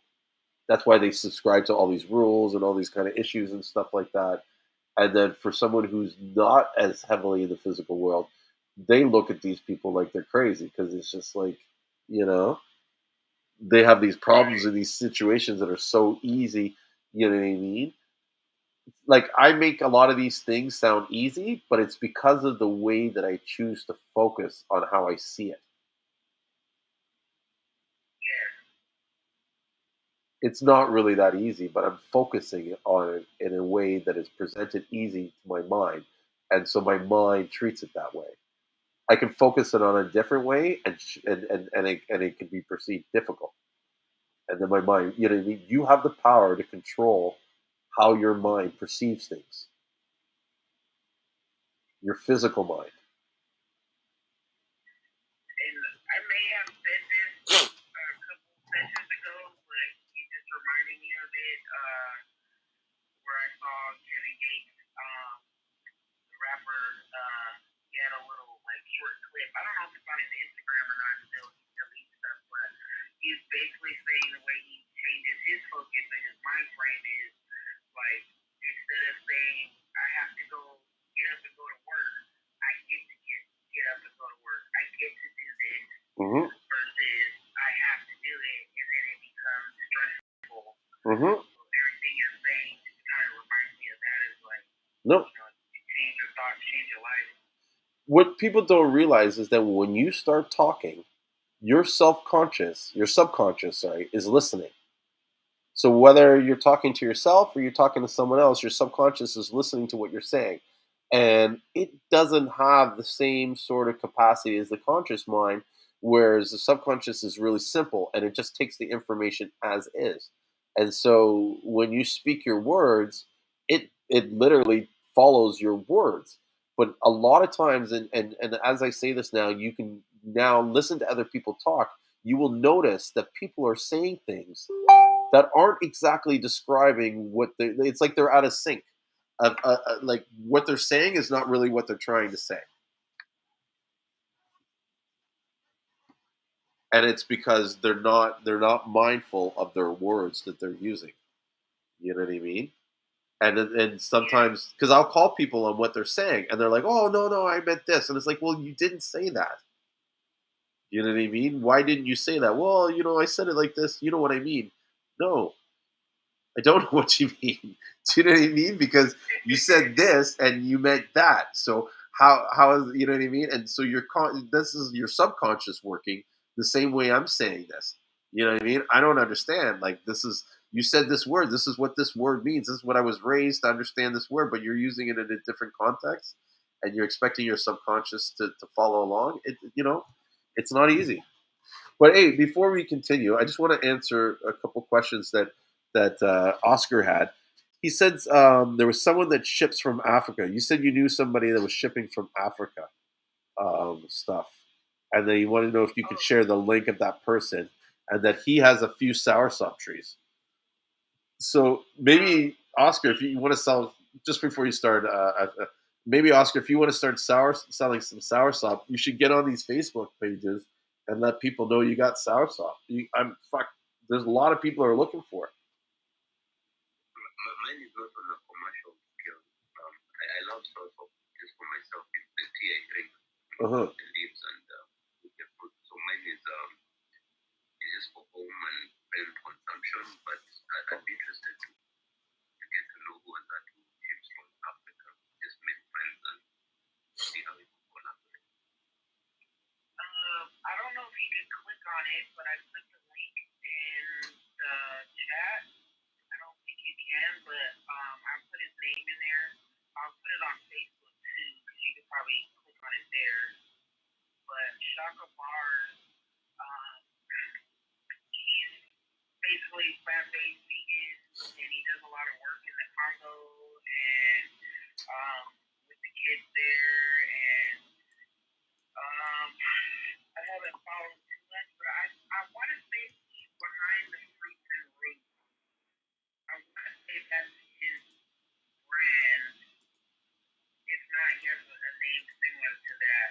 But he ships all kind of fruits from Africa, and I believe soursop was one of them. Super expensive. You'll probably know once you like see stuff. You probably know it's called Marley. Yeah. Is that us, man? We have a few of those. Thank you for the link. You're welcome. Yeah, I was just checking them out. I think he's friends with a lot of celebrities like Tiffany Haddish, Kevani, who's a singer. He may have even connected with Queen Afua and many people. He's been around for a minute. Yeah, it seems like he's pretty popular. But I'm just checking out their website. to see if they're still around. I feel like they're not, because before it was like you were really kind of like noticing their presence, and now not so much. Like I started hearing people complaining about them and stuff, and then it was like it's slowly. Well, and it doesn't look like they have a website. Oh, Fruits and Roots Juice. Here they are, Fruits and Roots Juice.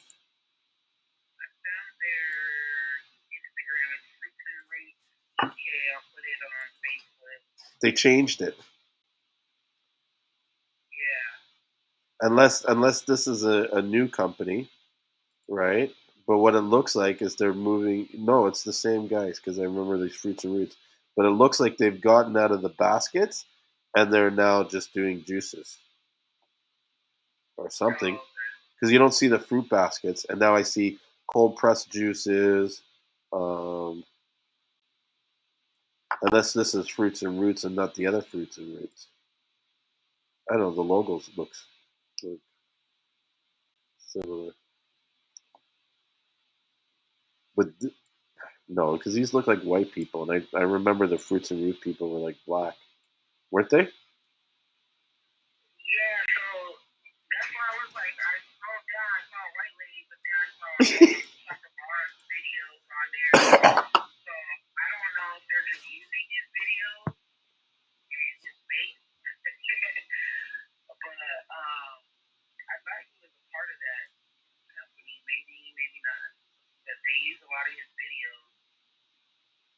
Huh.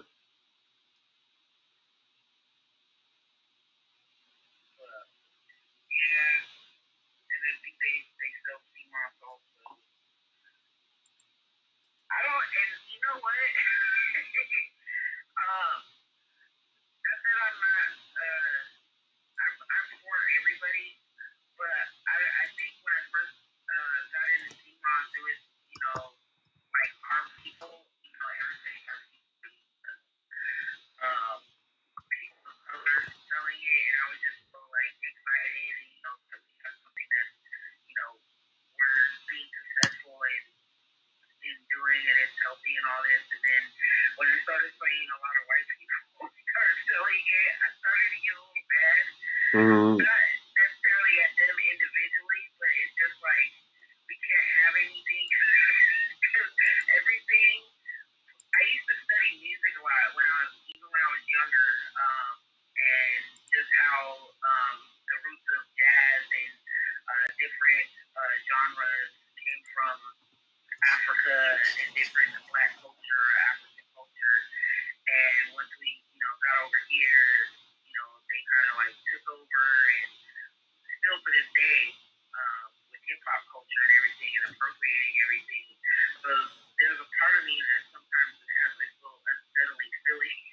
Yeah.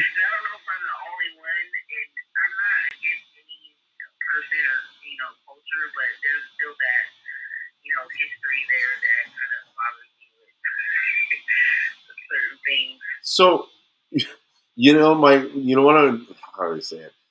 My honest to God thoughts about this is that when people feel like that, it's because they, it's like, how do I put it in words that doesn't make me sound like an asshole? It's like you're upset because like don't let them do it.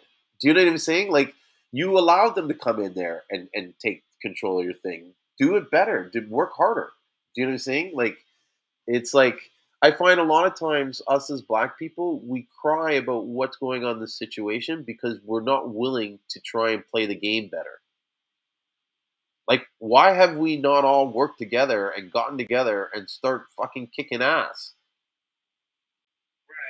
Because we're too busy crying about how this white person, like, if you're worried about the way the government system is, then get into the government and start making rules.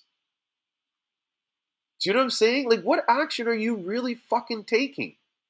A lot of these guys, I hate to say it, but they're lip service. They say they want to help people. They talk about how they want to help black people, but what are they actually really doing to help black people. You spend more time criticizing white people and what they're doing when you should be getting out there and rolling your sleeves and doing something. Do you know what I mean? I'm doing something for black people. Part of the reason why I'm doing these clubhouse stuff is to show people how easy it is for us to work together. That it's safe, that it's okay, that you can trust people. When people see me and Ricky working together, and we were competitors, now we're like teammates. Everybody should be. We should all be. We should all be working more. Well, no, we don't. We want to sit there and cry. Oh, the white guy did this. You know what I mean? Like, so are you? Why don't you run for office? Oh no, that's too much work. Oh, are you crazy? I got to go get my Chanel bag.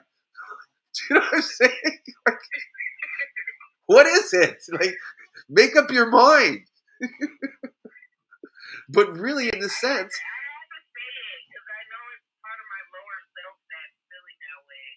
it is.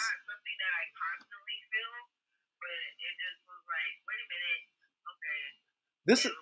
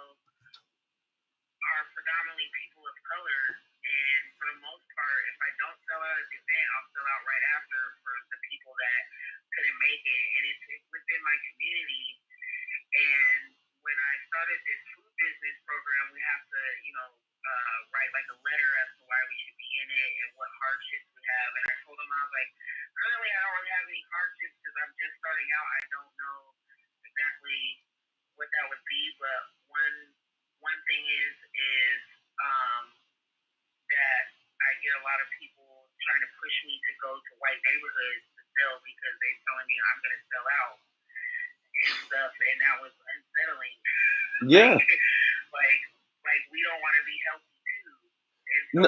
Not.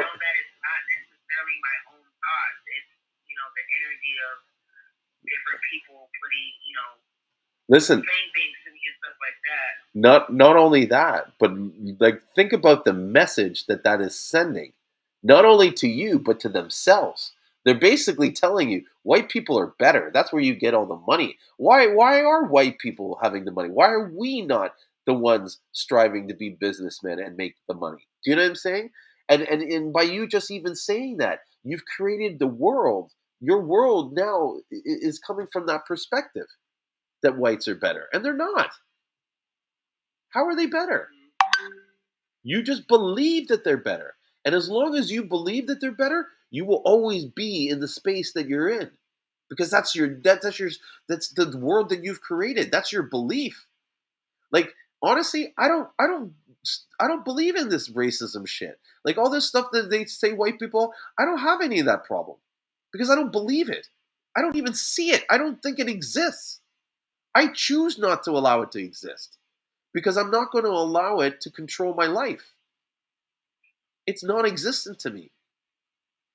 Let you guys can worry about sure, I might have one or two situations where I might be, I might have felt like they were discriminating, but were they really discriminating me on my color, or were they discriminating me on my action or my appearance or my, my skill level, or you know what I mean? Like people judge people for a lot of different things, and it's not just color.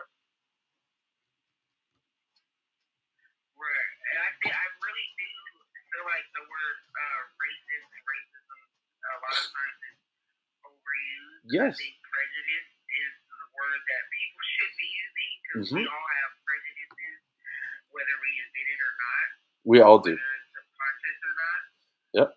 I say this to everybody. Everybody's a racist.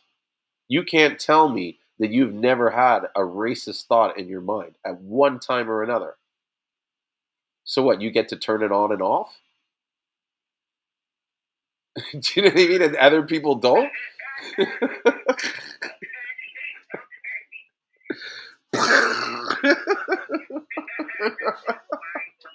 Yeah, we're going deep. But it's true. And that's why I say to people, like, you need to have some empathy and understanding. And you know what I mean? I'll say this. The amount of people that have approached me in the beginning and acted like they had issues with black people, but that after meeting me have changed, tells me that there's more to this. Do you know what I mean? And that we as black people are like almost feeding into our own problem.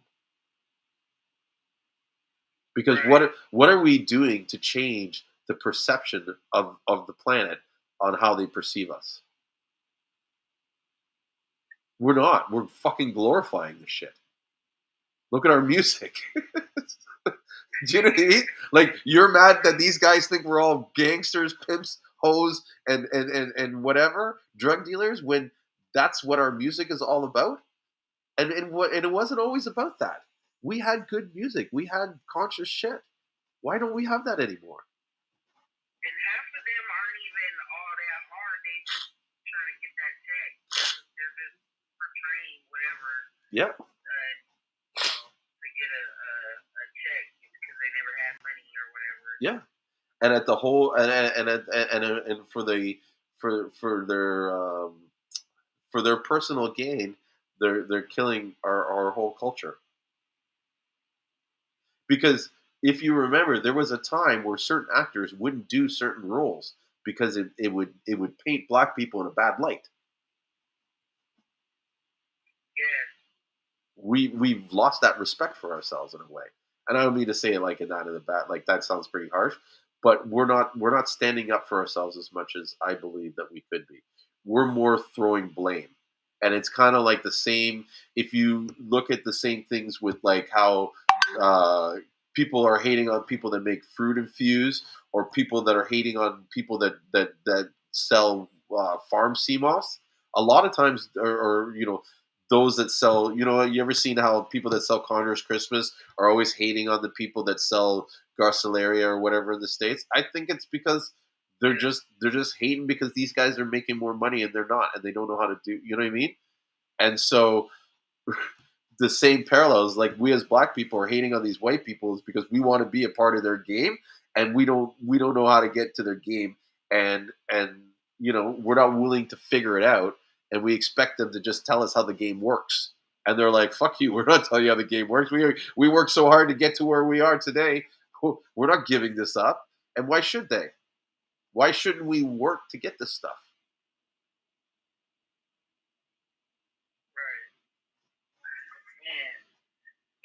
I wanted to put that out there because I know that there's people that think like that maybe more strongly than I do. Mm-hmm. Because, like I said, it's not something that I constantly think about. I always have to talk to my lower self to like break things down in anything in life and stuff because I know better. In essence, I know my spirit knows better and stuff.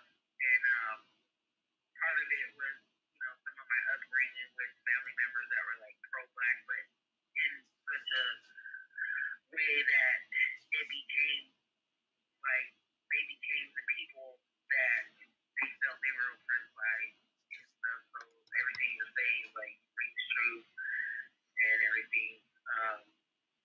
Yeah. I'm for everybody. Everybody get money. Be happy and all of that and stuff. But yeah. I just thought I'd throw that out to get it out. Now I can release it and I'm just thinking, like, going back over my just rant recently about black people, and I'm just thinking in my head, like, oh fuck, I wonder how many people are going, because I get a lot of people that think that I'm like, I don't love myself, or I don't love black. Like, I had someone message me once because I was expressing my views, and they're like, you just don't like black people, and it's like that makes no sense. You know what I mean? So I'm just thinking about this stuff, but at the same time, I feel like this stuff needs to be said, and we're too afraid to speak the truth.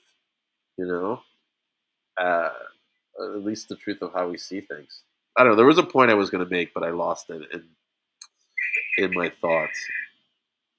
No, I try to be, I guess, vulnerable in certain things. I know people may see that as generalizing as a weakness and stuff, but I've always been that way. And like, if I hold this stuff in and I don't talk about it, then I can't get over that hump. I can't see another perspective. I can't, Yeah. move forward and all that. And so anything that I may harbor as like negative or just holding back from connecting, then I try to, release it.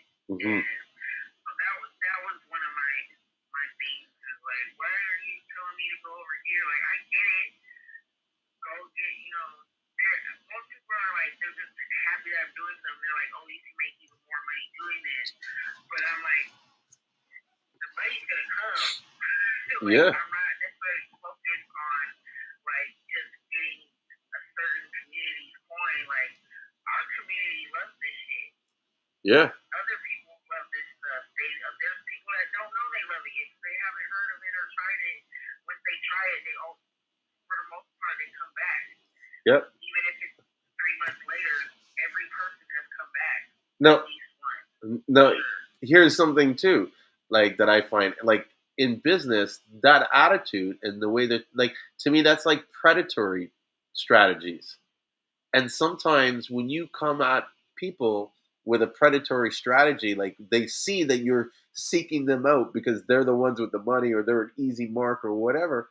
If they notice that, they're gonna like they're not gonna buy from you. They're not gonna trust you.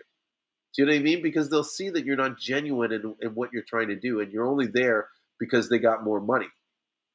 Do you know what I mean? And I think sometimes what happens is we go and we do this to other cultures and we try to sell them, and when they don't buy from us, that we say, "Oh, it's because we're black," and it's like, no, it's not because you're black. It's because your sales strategy was shit. Do you know what I mean? Had nothing to do with your color. Could have been a white person. They would have did the same thing to them because they saw right through you. But I remember now what I wanted to say earlier, and that is, you know, it's hard for me to have a hate towards white people because so many white people in my life have been there for me to save me. Do you know what I mean? Like, I wouldn't be living right now if it wasn't for this lady who's like my godmother, this white lady that was taking care of me as a kid. And she was like my babysitter because my mom was a single mom back then. And she looked at me. My mom took her to the hospital because I was sick and brought her home. And she looked at me and was like, take him back. And they took him back and they found out I had meningitis. And if it wasn't for her caring about me and my welfare, I wouldn't be here today, right? And then furthermore, this same lady, I'm 47 and she still mails me a birthday card every year. And when I was growing up as a kid, I had a birth like my mom couldn't afford to throw parties for us. And she made sure I had a party and I had my friends invited and I get to pick the cake that I wanted. Do you know what I mean? Like that was so much love. Like to me, it's like how can I hate someone who's given me so much love like that?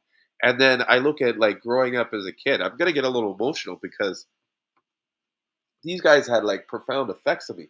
I had a best friend that was white, and like his parents like took me everywhere, and like we would go to the cottage and stuff. I learned how to ski. Uh, you know what I mean? And they never made me feel like anything like less than who I was. Do you know what I mean? Yeah. So I think a lot of times these people, when they see these racist things, it's like they want that thing to exist. They're looking for that stuff. Do you know what I mean? I don't see that in white people. Now, I think that all people can be evil. All people can be disloyal, or you know what I mean. And so I treat everybody like the same. I have the same distrust for you as I have for the next guy. Everybody's colorless to me. So Yeah.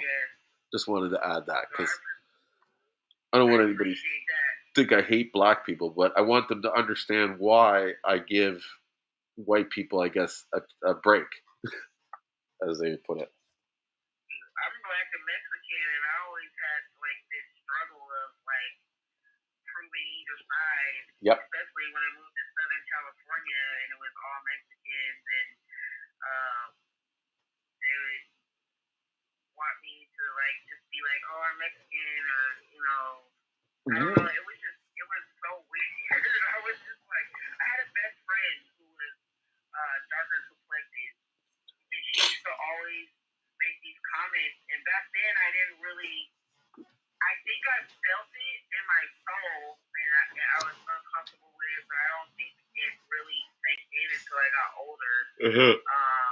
She would make comments, oh, they only like you because you're pretty, or because you have long hair, and you're light skinned, and she would make jokes out of it and laugh. Yeah. And I didn't realize, like, whatever was going on with her and how she felt about herself, she was projecting stuff onto me. And those things stuck with me subconsciously for years.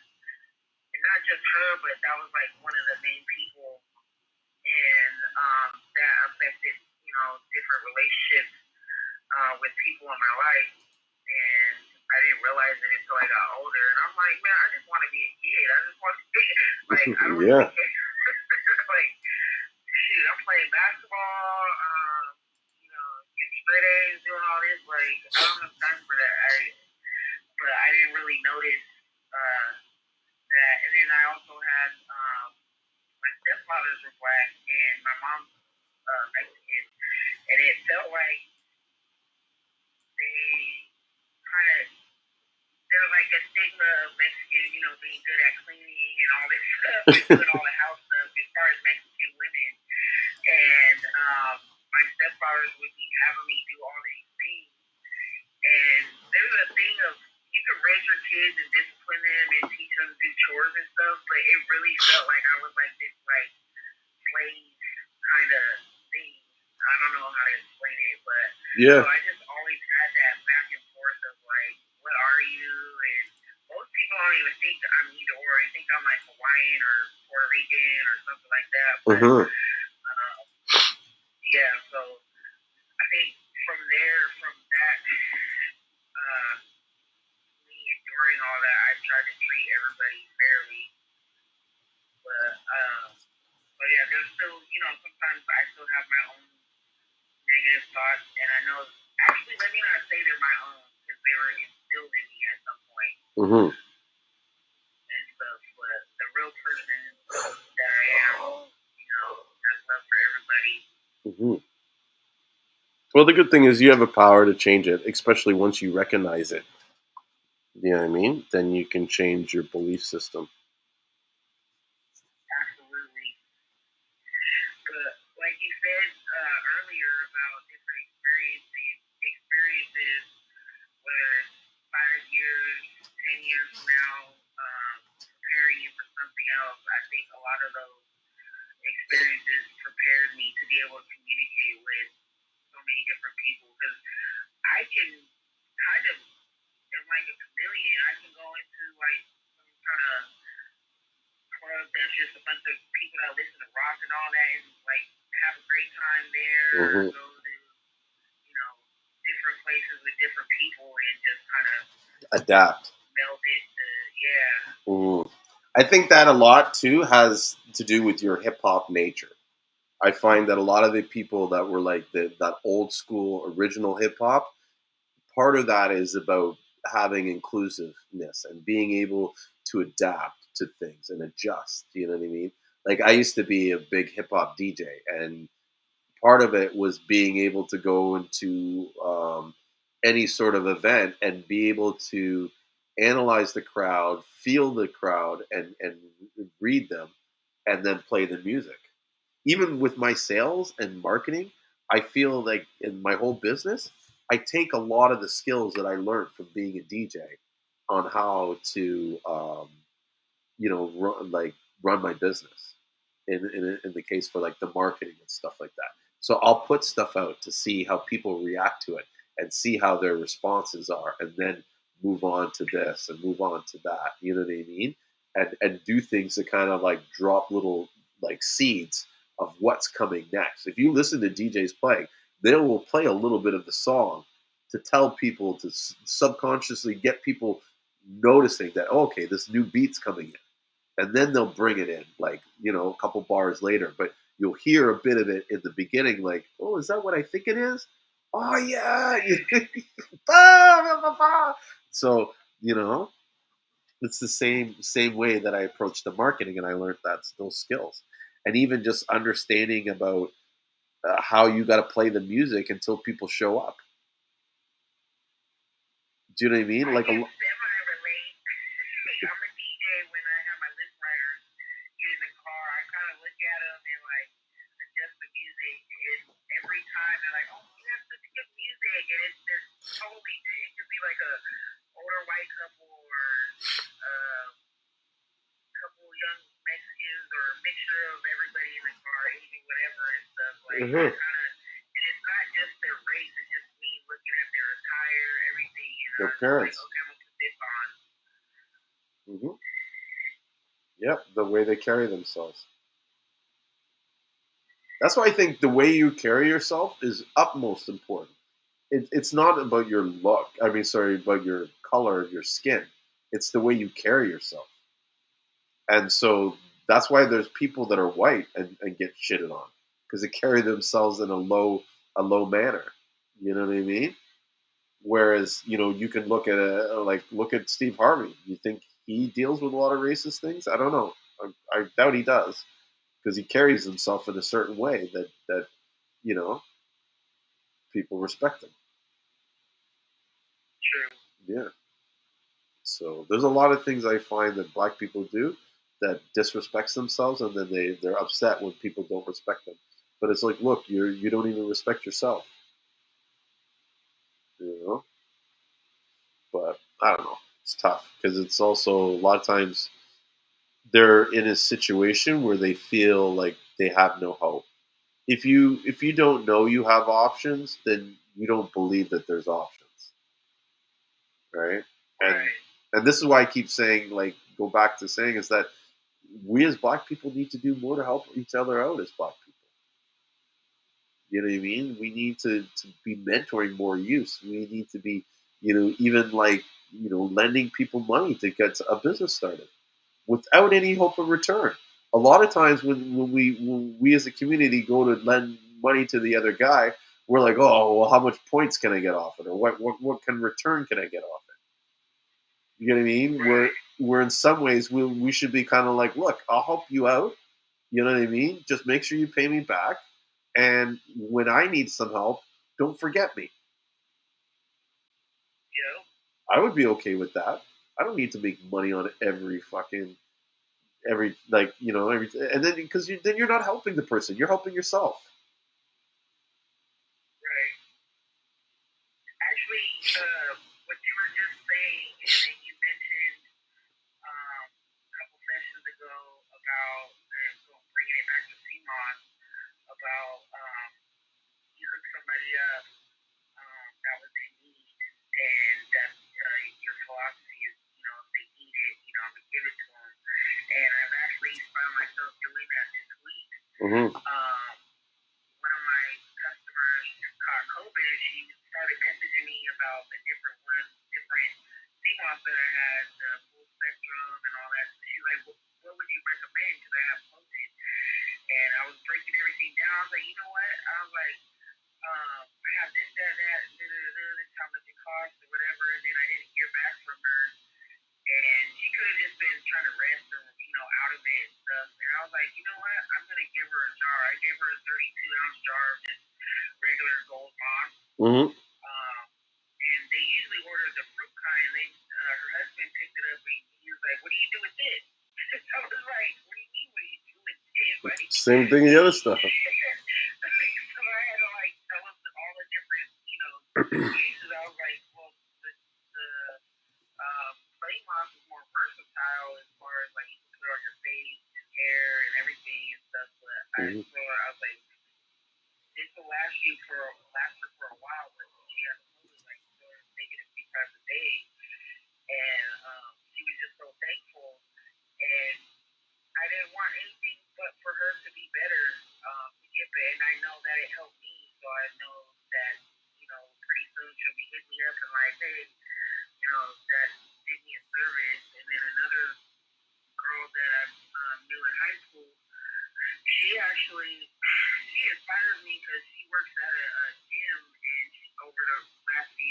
like a couple hundred pounds. Wow. And she was saying that she was sick. I haven't seen her since high school, but we've been on Facebook. And I told her, I was like, send me your address. I'm gonna bring you some Seamoss. She's like, oh, I was gonna hit you up about some juices. I was like, don't worry about it. I'll take care of your first order. So I gave her a jar of Seamoss and a couple of Seamoss drinks and everything. And then I gave her some cards because she works at a gym. Mm-hmm. So she's gonna hand out my cards. She's like, yeah, people are already talking about it. So like, not that I was expecting anything back, but it'd be better for me to hook her up the one time and her to hand out my cards to get more referrals.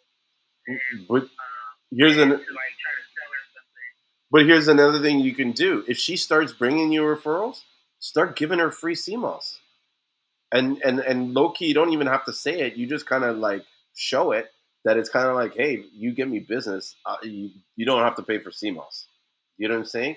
Because I think that every business needs to have a group of what I would call evangelists. She's your evangelist. She's going out and telling people what this is, what the product is. She's excited to share your story with people and stuff. And so the more people you have like that, the more I believe that you'll get new business because they'll bring in the leads and the referrals. With real estate, I have people where I don't even sell them houses, but I'm always giving them gifts and stuff. I send them stuff every couple months, a card, whatever, because at least once a year, twice a year, they're bringing me a person who's looking to sell a house. Like I have a guy in one of the buildings I rent, and he's the cleaner there, and pretty much like anytime someone's selling a property, he calls me up and says, "Yeah, this person's selling. Go talk to him." Da da da da da. And so this guy gets a Christmas gift. Anytime I see him, I mean, you want coffee? You want this? Dude, I fucking, I'd like kiss his feet if I needed to, because like one deal is like $30,000. So imagine that. Like, how nice would you be to someone who was bringing you anywhere between 30 to say $80,000 a year in commissions? It's like my best friend. Yeah, he's like my best friend. Yeah, exactly. No, I'm planning one this year when I get back. I'm gonna have a party for all my all sort of like what I call my evangelist guys and all my past clients, and just treat them nice and feed them up, and not even talk to them about real estate. Let's just have a good time, and then they'll remember that I did it. There's these different laws, and one of them is the law of reciprocation. And so when you give someone something, they are almost subconsciously obligated to give you something back. So a trick that I learned that I do a lot when I go into real estate meetings, especially when I meet a client for the first time, I bring them a gift. Oh, here's this thing, da da da da da. You can leave it in your house or whatever. We just want you to have it. It's a nice gift. And so now they're obligated to do something for me because I did something for them. You know what I mean? So when I ask them for something, they'll resist, and I see them sometimes go, and then they just like, he's a nice guy. He gave me this gift. Oh, let me give something back. Boom. And it's like, I gotcha.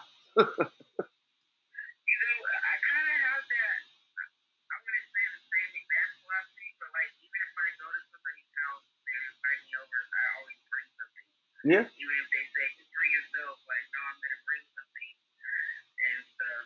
Mm-hmm. The friend I'm staying with right now, she's letting me stay with her, and she's not charging me anything, but I can't stay with you, and I can give you something. Mm-hmm. So I think I give her money when I can, and then I offer to make dinners and food or whatever. Mm-hmm. And all kind of stuff. But I've always been like that. I've always been a giver. I just have to learn who to give to. Yeah, I'll teach. Some people just takers. Well, I'll teach you a little trick on that, and I don't know if it's so much a trick, but this is a philosophy that I've learned. There's two types of people in the world. There's givers and there's takers, right? And you want to surround yourself with nothing but givers. And the reason why is because if you're a giver and you're continuously giving to someone who's a giver, they're going to give back to you, and the cycle will be completed. So it'll be almost like an infinite loop. You'll never lose energy, right? But if you give to a taker, the taker will take more than they give, and that will leave you depleted. So you have no energy. They will just wipe you out. That's why with some people you're around, you just feel drained because they just take emotionally, physically, whatever. You know what I mean? Now the problem is that a lot of takers will pretend like they're givers, and so you need to develop an ability to sort of spot when someone is changing from a giver to a taker. And it's okay to be around these takers. You just can't give to them as the same way that you would give to a giver, because if you give unlimited to a taker, then they will. It's like a succubus. They'll suck you dry. Then they'll become manipulative later on and be like, Always. like you're always, giving now what's wrong and this and that. They come up with ways to like get you to feel bad or whatever and stuff. Like I have family members like that, and I have to learn to give myself space from them. My older brother, I love him to death, but he doesn't respond always to our calls or texts, even if we're just checking up on him or whatever. But few weeks, give him a few weeks, he'll message you like, "Hey, can I borrow this, or can I have this?" And then if you say no, you don't hear from him a while. If you say yes, he'll be messaging you like instantly, like right away to see when you're gonna get it to him. And he's not a bad guy, but I call him. I say he's in survival mode. Mm-hmm. But yeah, he's been like that since we were younger. So like I've had to learn to like say no even if I have it because I'm probably not gonna see it again. Yeah, you got to be careful with that stuff. Yeah, I mean, I'll say this: I'm somewhat kind of like that in the sense that I only call people unless I have a reason to call you. So it's rare that I will call you to shoot the shit, right? But if you call me, I'll always take your call.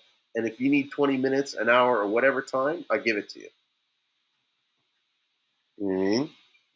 And Yeah. but it's hard for me to, like, I don't even call my mom. My mom freaks out on me all the time. Like it'll be her birthday, and I won't call her till like the end of the day or something. Yeah, because one, I'm really busy. I'm doing stuff. I'm always kind of, you know what I mean. And I don't have time. Well, it's not to say I don't have time, but I don't choose to spend my time calling people just to gab.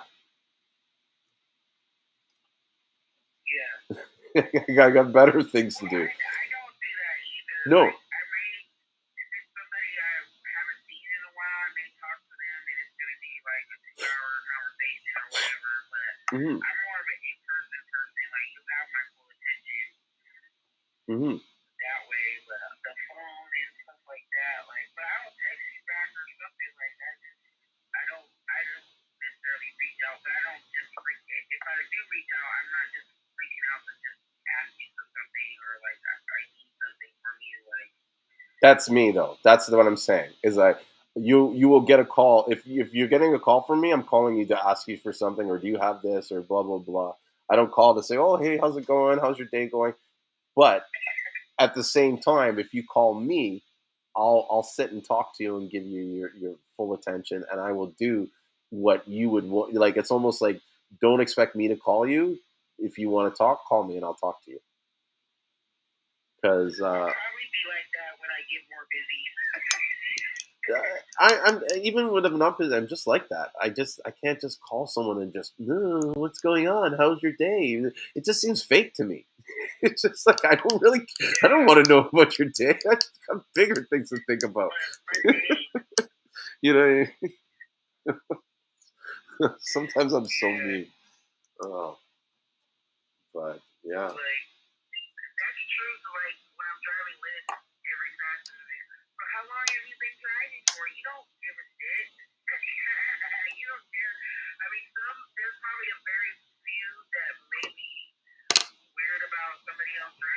Yeah. And then they're like, oh, okay, you're decent. You've been doing this for a while. You're all right.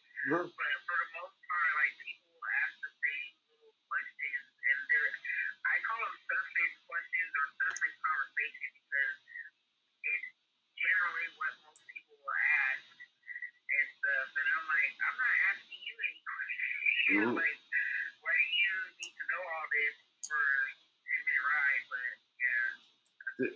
They don't need to know it, but they think that that's the question you need to ask in order to sound like you care and you're polite. And I'm just like, no, it's so fake. Yeah. Like, it's so fake. Because if you say, how are you doing? Or somebody says, how are you doing? You're like, man, I'm going through it. Like, they're going to be regretting that they asked that question. Yeah. Because they don't mean it. That's why I don't ask people those kind of questions. I don't have time to take on your problems or vice versa. I know. And I hate when people do that. Because to me, it's like when you talk negatively and stuff like that, it's like you're manifesting that shit. So I try not to even get in that conversation with people. No, whatever. I just do it quick. I hope all is well, and then I start saying what I need to say. Yeah. Instead of saying, how are you? Like, I hope everything's great. And I got an event coming up. Yeah, you want to do this? Come by, check me out. Yeah, I don't know. Yeah, people are crazy. But I'm just looking at the time, and I think I should kind of wrap it up. Otherwise, I will not get any sleep tonight. And I've been getting up a lot earlier lately, so I have a feeling that tomorrow, I'm going to be wiped if I don't go to bed soon. So, yes, but it's been a lovely talking to you tonight. You know what I mean? Great conversation. I think we covered so many different topics and subjects. It's crazy. Yeah. Oh, right. Pardon? I had Corona being mentioned, and Seamoss concentrate works wonders for respiratory conditions. So maybe you might want to also look into that. Yeah, I've been looking at talking to people about making like Seamoss tinctures and some kind of concentrate so that they could use it in those sort of applications in those areas to start taking Seamoss. And we need to start finding different methods on way to consume this besides making a gel. You know. So yeah. Yeah, there's a girl that I forgot her name, but I don't know if she makes the tincture herself, but she sells the Seamoss tincture with the Congress Crispus. I haven't bought it yet, but it was like her price on it is probably more than 40-50 bucks for like a 2-ounce bottle of it, and she's selling them through the roof. Wow. I have to find her name. I think it's Rich Organic or something. Oh, Rich Organic Beauty? Yeah. I've been wondering if she I think she third parties her stuff out. And I'm like always wondering who is so she sells a lot of these gummies, right? And so the question in my mind is kind of like, are they using her CMOS in the gummies or are they using their own CMOS in the gummies? And if they're using their own CMOS in the gummies, what CMOS are they using and where are they getting it from? Right. Yeah, I haven't asked her any questions. But she's one of the real business people. She's like, well, I'm charging for that. And she helps people start their business and all that stuff. But I don't know, maybe I'll go to the day.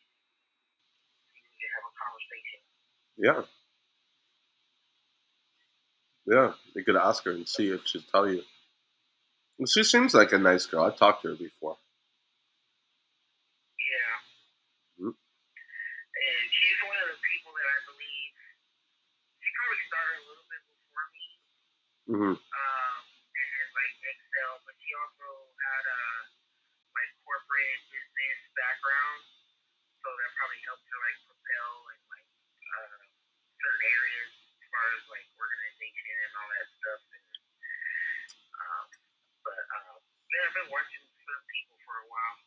Mm-hmm. But yeah, let me not keep starting on another conversation. I know. I was about to say that, but I do want to say one thing before we go is that, like you mentioned about her corporate background and stuff, and I think those things, can be important. But if you don't have that stuff, I don't think that you're like it's almost like I don't think that her having those skills are what really got her through the door. What got her through that door and made the success was her desire. You know what I mean? The energy that she put into it, the decisions that she made based on that desire, the amount of time that she invested into it. I believe that those that are making, like, when I look at, like, those that are making thousands of dollars a day in CMOS and those that are, say, making a couple $100s a day, I find that people that are making a lot, they're investing more of their time, and um, they have a more desire to be bigger. Some people are just happy the way they are, and in the state that they are, they're not looking to grow. You know what I mean? And that's great as long as they're happy. That's what's important, right? But it really comes down to the desire. There's a book. There's a book called Think and Grow Rich, and my advice is to read that book and follow everything on it to a blueprint. And what you'll find is that book will give you the mindset in order to manifest everything that you need. And even the skills that you don't have, you will manifest either the ability to gain those skills or someone that has those skills that you don't. Yeah. And I wrote that down. Yeah, and I believe in this so much that I'm willing to bet you $1,000 that if you go and take that book, read it cover to cover, at least read it 3 times, and practice everything out of that book, and you come back to me after 6 months and tell me it doesn't work, you know what I mean? I'll give you $1,000. By Gary, well, I'll say this: if it doesn't work, you didn't follow certain things in the book because I used it last year as a test where I said I want, to get this amount of money in commissions. And I'll say the money was, I said I want to make $250,000 in real estate commissions in 1 year, right? For last year. And in the beginning, I didn't really see it happening, right? Month goes by, no sales. Another month goes by, not a lot of sales. Da da da da da. It wasn't until the last 3 months of the year that, like, all these deals just started coming out of nowhere. Boom, boom, boom, boom, boom, boom. It was just like, what?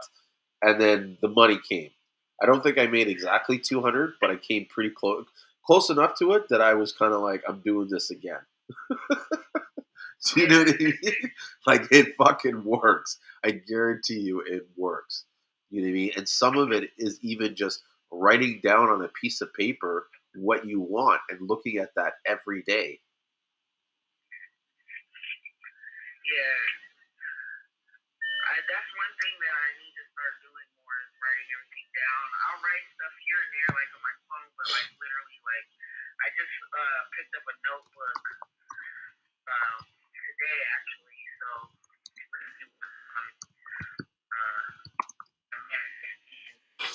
Yeah, work on your vision board. That's another thing that helps with manifestation. It's creating a board where you put all these things that you want in life, and you keep looking at the board every day. Yeah, I actually have all the materials to do a vision board, so I just need to some time to get set. Yeah, do it. Have fun with it. Yeah, great conversation. Yes. And I will try to tap in on Sunday. Yes, we'll be back on Sunday. Yes. All right. All right. Well, thank you. Yes, thank you very much. Thank you, Mr. O. Thank you, Ricky. I think he's knocked out or something's happened. At this hour, I know if he's still there, he's got and he hasn't talked yet. He's out. So, all right. With that said, I will see all you guys on Sunday, if not sooner. All right. All right. Take care. Bye.